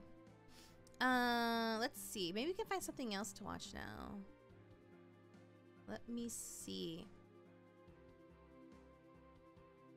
I could watch more of Rima's videos, but we should. I don't want to bore you guys. I remember hearing Rima mention on stream that she wasn't sure about keeping the blooper section in her videos because viewer retention drops when they start, but her editor likes adding them. I like that.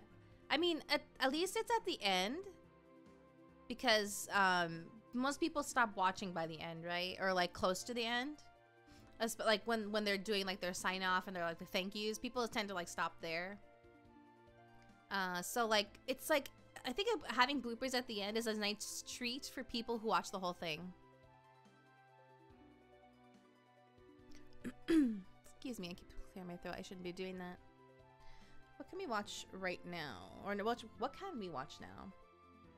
Oh yeah, there's this whole thing about people reselling their models, which is I didn't know that that was like a very active thing. I don't, or maybe it just may have gotten the attention of people from a certain VTuber that's doing that. Okay, what can we watch now?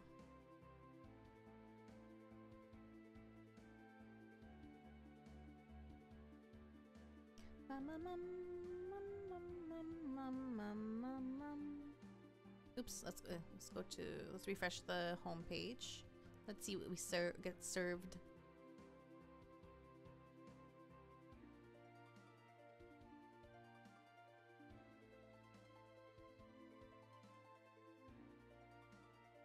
Plus, it can be funny hearing her trying to pronounce certain words, even when she messes up a few during the actual video. Yeah.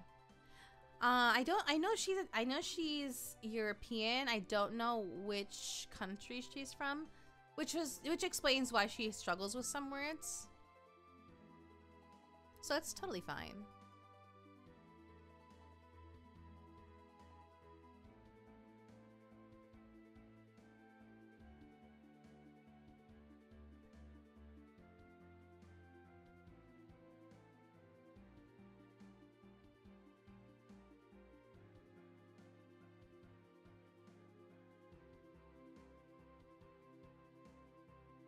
Oh, Advent just released a new cover.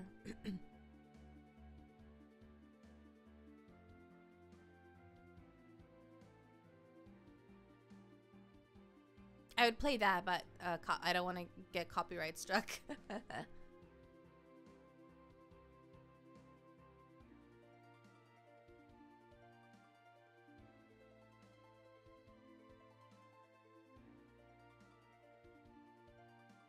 Mint gives some advice to fans after Mumei's graduation. Ooh, that sounds interesting.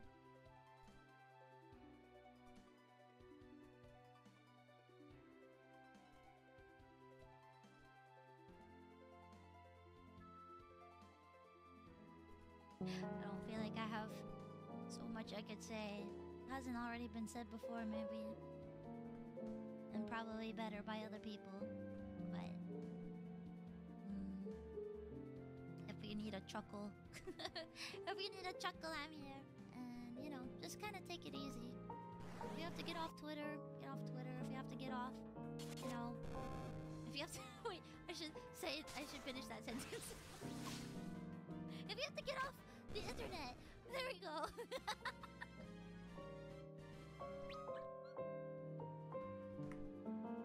I'm not judging what you do in your free time.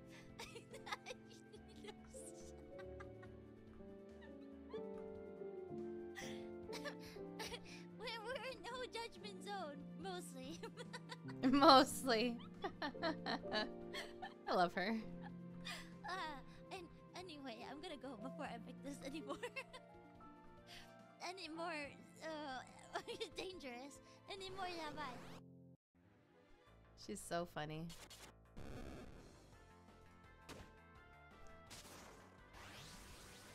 That was a lot more simple than I was expecting. I thought she was gonna give like actual like, do this and do that. Or uh-oh, calc is low.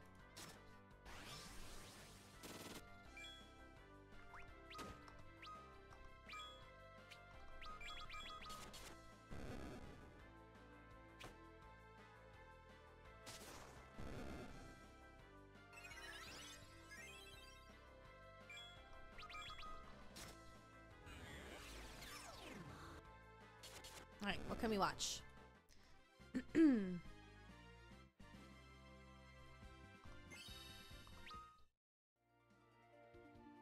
Kalka is 26, so let's go back to the ship. I think we still have members who are still 25. So let's get the level band off of Kalka first. And then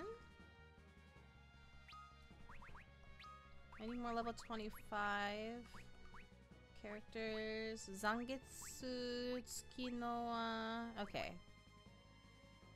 Yeah, okay, let's do Zangetsu.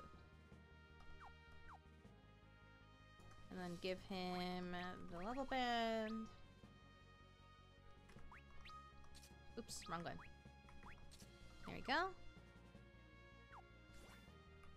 Let's head back out. Oh yeah. I should go this way. Let's go this way.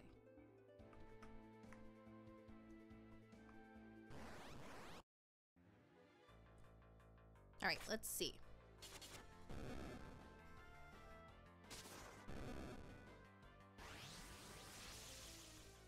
Michi couldn't believe Sayu was in Cyberpunk, so she called him?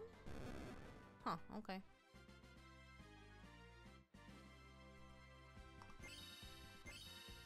Oh, nice. Alright, let's... I think there's only Tsukinoa left, actually. Okay, let's get the ring off of Leonora.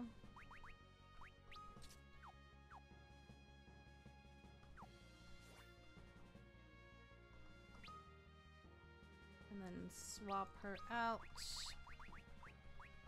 I think Tsukino might be the last level 25 character. Yeah, okay. Let's give him the level band. Have you seen the recent false ID video?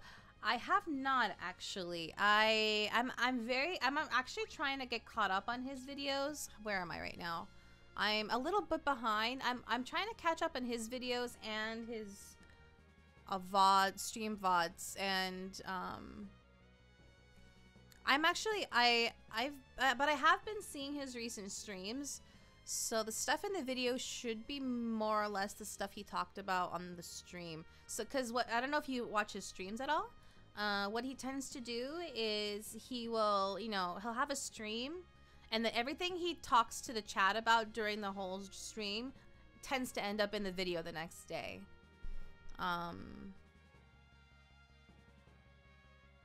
Oh, that's right. The Nintendo Direct for the Switch 2 is tomorrow. We can talk about that tomorrow. But I don't know what his actual video, I don't know what his video is about the most recent. Wait, actually, no, I should know. Hold on, let me see.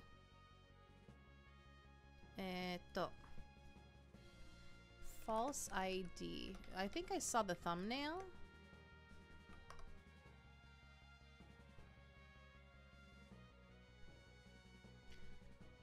New VTuber model sparks outrage. Is that the one? Oops. Oh wait, uproar erupts over VTuber model Nanashimume graduation. New VTuber is that what you're talking about? Maybe we can watch that.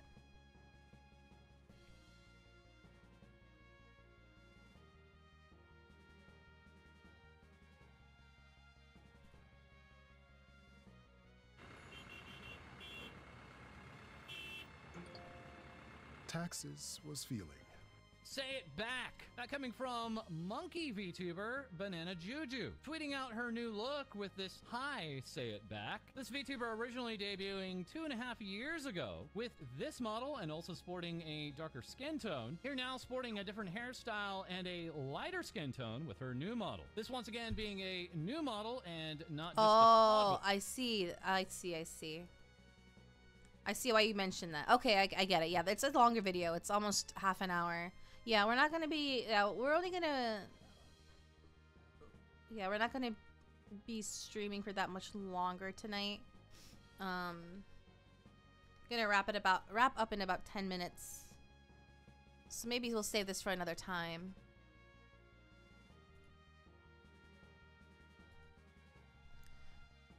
Let's see. Oh yeah, so I didn't realize it was a longer one.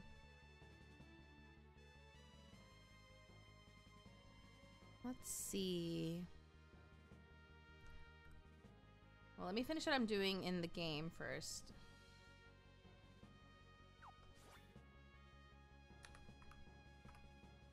Wait, did I put the... I think I did. I put the level band on Tsukino? Yeah, I did. Okay.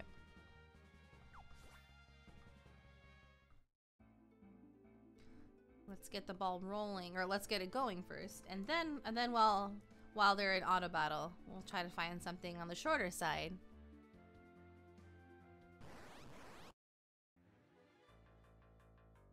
Okay.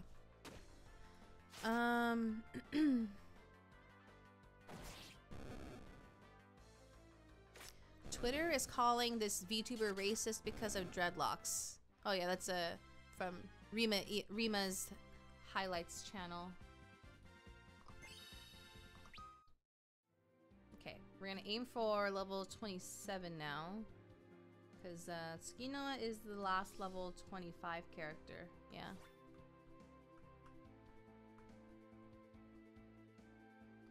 When someone hits 27, we'll bring in the next level 26. Okay. Let's see. Cover. Oh. Oh, I see. This must be an April Fool's thing. Shoujo did a cover of "Never Gonna Give You Up," and they're all in their gecko form. It looks like an April Fool's thing.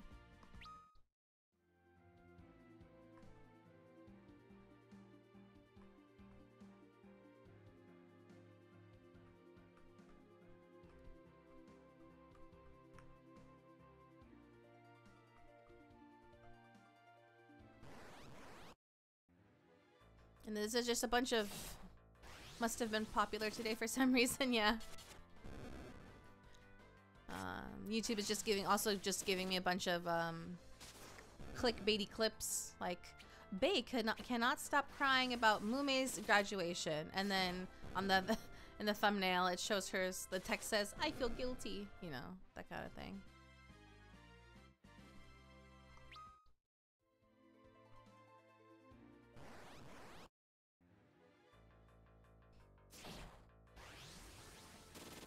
When a newcomer anime voice actor finds out she got a lead role? Huh?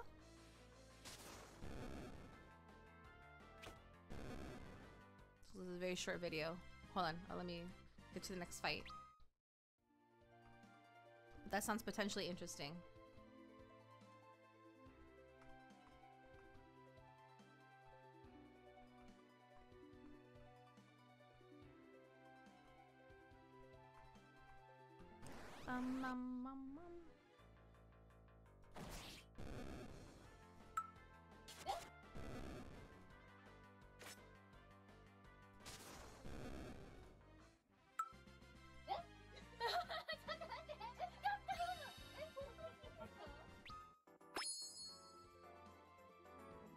Surprise announcement for Atelier's voice actress.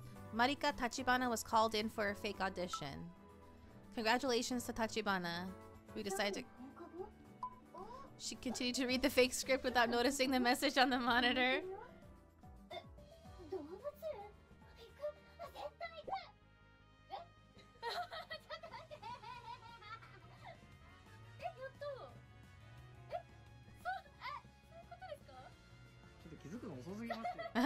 It took you a while for you to notice.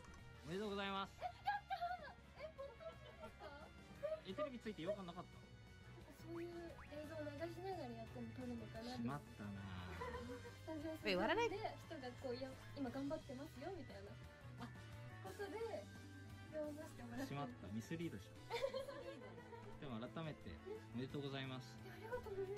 It's fun when studios do stuff like that, right? I think we watched it together. Square Enix did a similar thing to for Matt Mercer, when they told him that he was going to be cast as Vincent Valentine for FF7, the remake. I think we watched the clip together. Like they had him like do like an audition for like some like small side characters or like no-name NPCs. And then they started playing like a video, and like, and then it shows him finally like he's going to be Vincent, and that's when they were like, he was like, no way, and he gets like surprised and excited.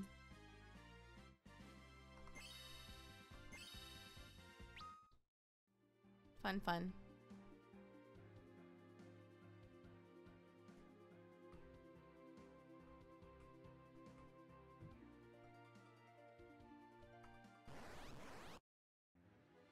We'll play FF7 one day. If only they would make me not... If only they didn't force me to grind like this, I would get there sooner. That's a joke. I don't mind grinding. That's part of the game experience. Plus Effect has interesting videos about Pokemon speedruns. Otherwise, is there any kind of videos you would be interested in watching? I'm actually pretty open to a lot of things. If there's anything you guys want me to watch in particular, feel free to drop a link, you know, either in chat or in Discord.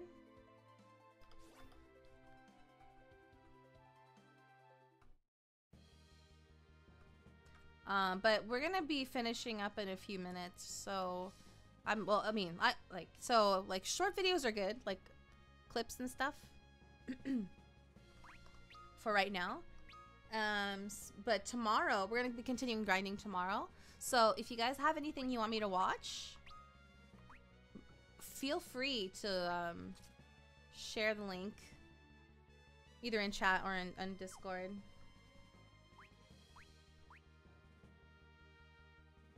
Oops.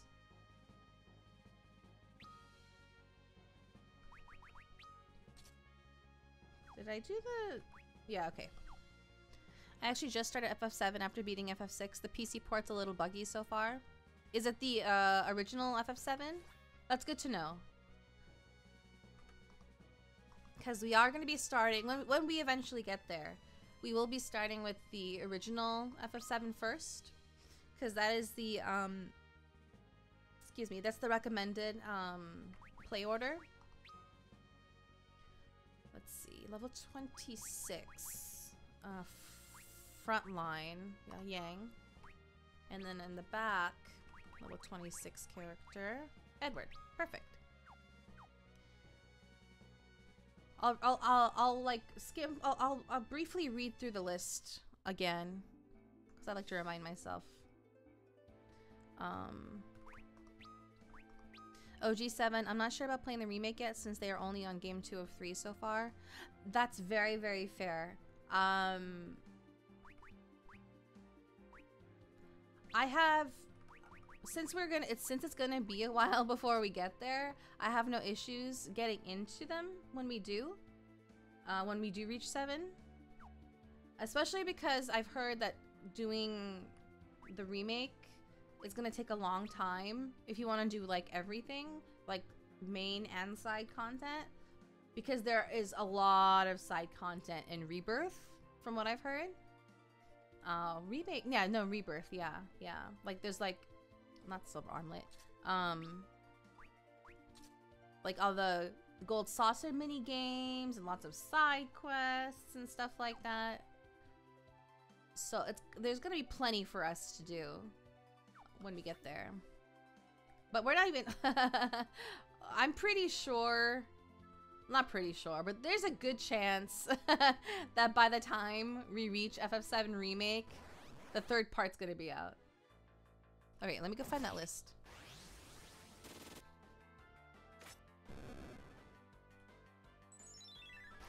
I know a lot of you are like excited to get to for me to get to 10, and I would not be surprised whatsoever if it literally takes us years. Remake, Intergrade, Rebirth, question mark, Crisis Core. Yeah. Let me look at the list. Well, we don't know what's gonna be in the next after Rebirth. Well, let's see. Okay, so it was all in a comment. Where here it is. Here it is. One person left a comment. So the FF7 compilation guide. I'm hoping they will update this actually because, well, actually no, they posted this 8 months ago. Did they include Rebirth in this list? Oh yeah, they did. Okay. They took into consideration when the remakes will happen and what the remakes should be including. So so the very first one we should be starting is the original one. The original FF7. I like the FF game where you have a group of bros and you drive in a car. You mean FF15? Yeah. I have not played that before, so when we eventually get there, it will be my first time. Finally made it? Oh, you came right at the very end. I'm sorry, Bubba. I'll have to stay on the world map because that's the only place I can save. Well, not only place, but it's a pain to get down to the save spot. But I want to do okay. I do want to go over this list really quick again. At least I made it. No, yeah, you did. I'm very grateful. So, when we eventually reach the FF7 compilation, you haven't played it before either. I see. We still have a while, but when we eventually get to 7, we're going to be starting with the original FF7. I recently learned that FF15 has quite a history behind its development. Yeah. I don't know the details, but I know that it was a whole thing.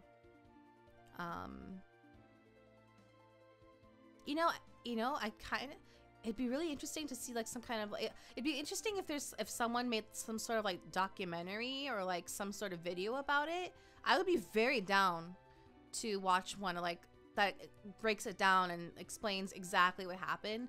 Obviously there's a lot of stuff that no one will know because there's, you know, development stuff that they never like reveal to the public.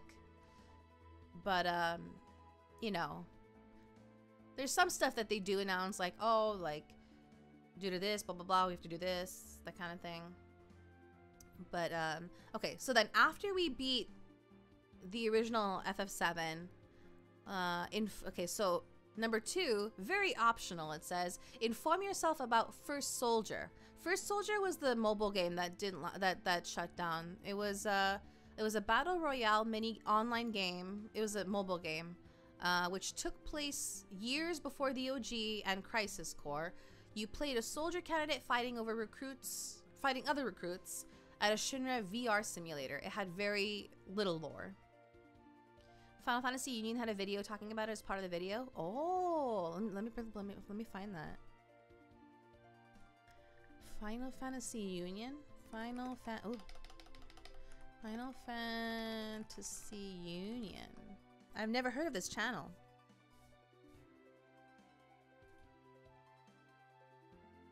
Videos, let's see.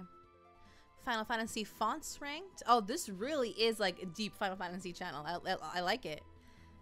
Why Squaresoft burned their most talented creatives? Oh. The Curious Case of Final Fantasy XI Remake. Yeah, people say that that's gonna happen, but it hasn't happened. 7 glitches that ended up becoming infamous amongst the fan base. Okay. Every cancelled Final Fantasy game, director's cut. Oh. These should be fun to watch, these videos. 7 longest Final Fantasy boss fights ever made. Oh. I won't want to watch that because that sounds like spoilers. Not while they make money off of 14. Well, they're still running 11. 11 is still, like, servers are still running. The game is still active, and it gets occasional updates. Obviously, most people are not playing 11. Most people are playing 14. I would like to play 11 though. Like my plan has actually been when after we beat 10 and 10-2, I do want to start 11. I won't be playing it. I won't be playing it every day, obviously. Like I'll play it like for a little bit. Maybe when we get to 11, reach a certain point in the game, because it's an MMO. It's technically never ending. It does. There is an end to the story. The story has ended in 11. They're, you know, barring new updates, but yeah.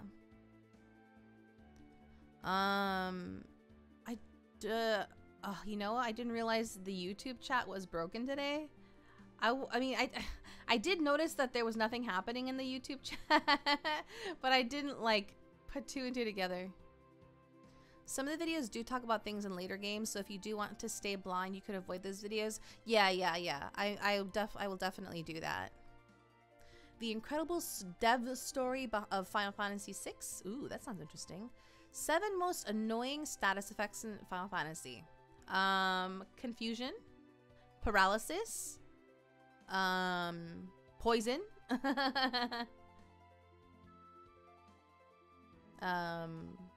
petrify or stone. The complete timeline of Final Fantasy VIII. That is something that's good.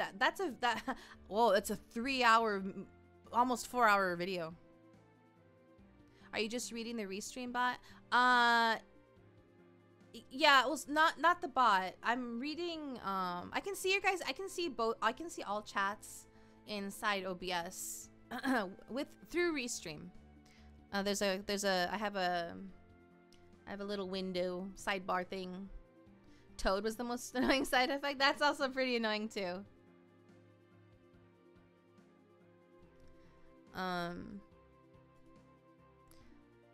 Final Fantasy VII has a dark secret nobody talks about. The future of this YouTube channel. Oh, interesting. They had some kind of, like, had an update 2 months ago about their channel.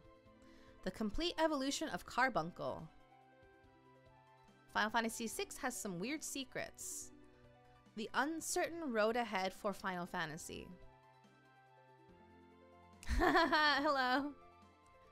7 times Final Fantasy games had terrible ports. Only 7? The best Final Fantasy games ever made. That sounds counterintuitive for a Final Fantasy channel. Shouldn't all of them be the best? The hidden truth about Ultimisia, Time's Tyrant. The complete unabridged timeline of Final Fantasy VIII. Oh, is this a play? Oh, never mind. Yeah, okay, so the Final Fantasy VIII timeline one, that's going to be useful for a lot of people who got confused, because there's lots of timey-wimey stuff happening in 8. 7 Final Fantasy characters who deserve their own game. Oh, yeah. I see Aranea, I think that's her name on the thumbnail. She's from 15. I know she's a popular character. The incredible dev story behind Final Fantasy V. The big Naoki Hamaguchi interview. Leadership, FF7 narrative, changes, and the future of Final Fantasy. Oh, they got to interview Naoki Hamaguchi? That's cool. They did a poll for best and worst videos. Ah. The complete evolution of Samurai. The downfall of Adele. The complete unabridged timeline of FF8. The worst Final Fantasy games ever made. 7 cheats you absolutely regretted opening. Oh, chests. The 7 chests you absolutely regretted opening if you weren't prepared. I would say the chest we opened today, earlier at the start of the stream with the Marlboro, but I was prepared. I knew it was happening. The horrors of the Sorceress War exposed. The complete unabridged timeline of FF8. Oh, I see. It's a multi-parter thing that they combined later. Every cancelled Final Fantasy game. Deep dive. 7 overpowered items that broke Final Fantasy. Okay. We can keep going. They have so many interesting looking videos. Anyway. We're going to go ahead and wrap up for today. Thank you all so much for joining me. Tomorrow we will be continuing more of this. We'll be just grinding. And and to make it less boring, we can watch more stuff. As I mentioned earlier, feel free, if there's anything you guys want to watch together or like have me react to, feel free to share links to videos or anything. You can drop them in the chat or drop them in Discord. Well, since we're wrapping up, it would be easier for me if you did it in Discord, so feel free to drop links in Discord. Can you suggest a raid? Of course. Let's get ready to raid somebody.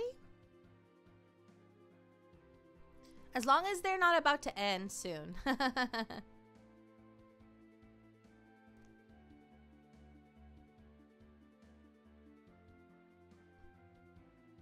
She'll be up for hours. Okay. Let me find her.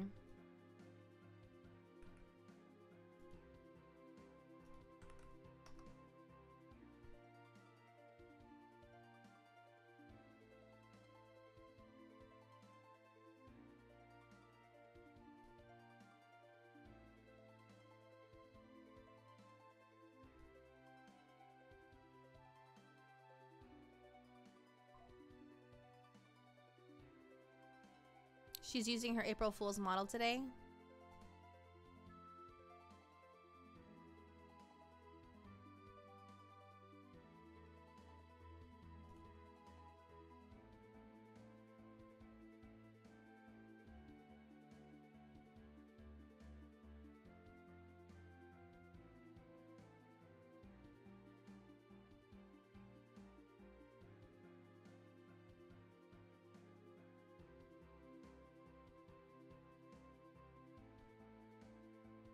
Is it just me or... well, I can't hear anything. Let me refresh the page.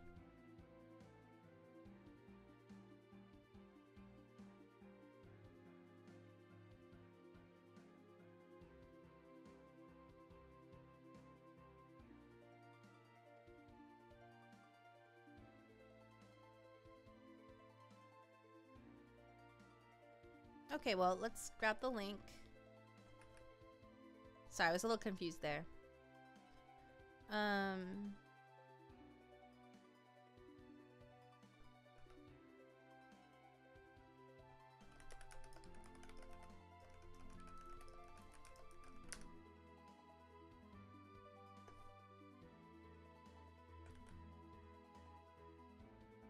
Forgot how to do this. It's been a long time. And is she only on YouTube? Yeah, okay. It looks like she's only on wait, does she multi-stream? Let me find her. Let me find her Twitch. Oh, she's also on Twitch. Okay, great. We can do dual raid. Okay.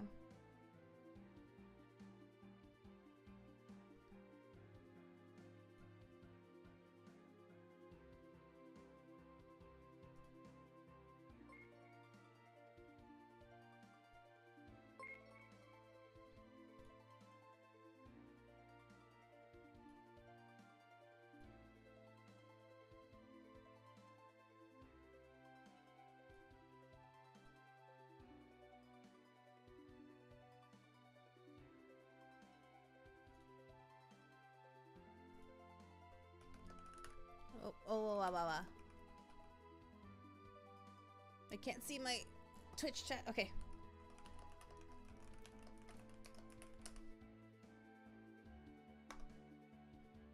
All right, let's...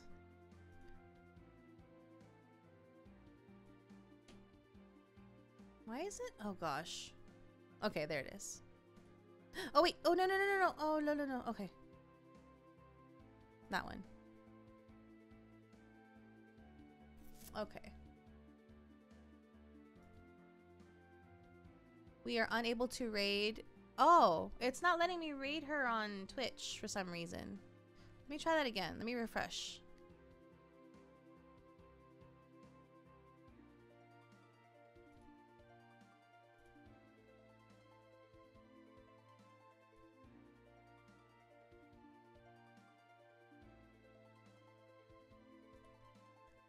Yeah, it's not letting me raid on Twitch for some reason.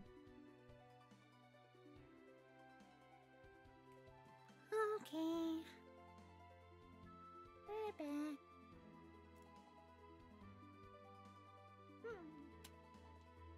Let's see, where did vocal start?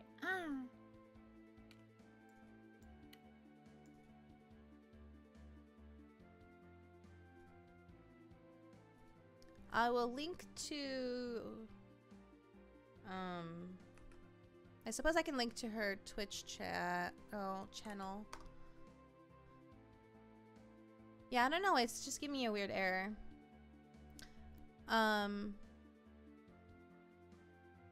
Hopefully that didn't break the... No, that should be fine. I think it should be fine. Okay, anyway. All right, we'll be rating... Here we go, bunny. Here we go, bunny. Oh, blah, blah, blah, blah, blah, blah. Sorry. I was distracted by her singing. We're gonna be rating Ariel. Sorry, Ariel. Thank you all so much for joining me today. Please leave a like if you enjoyed the stream. Please leave a comment if you'd like to share your thoughts. Please, what's it called? Please subscribe on YouTube and or follow on Twitch if you would like to see more Final Fantasy streams. And if you're going to bed, I hope you rest well and have sweet dreams. If your day's just getting started, I hope you have a wonderful rest of your day. And I hope to see you all tomorrow for some more Final Fantasy for the After Years. Ta-ta! Kosmika!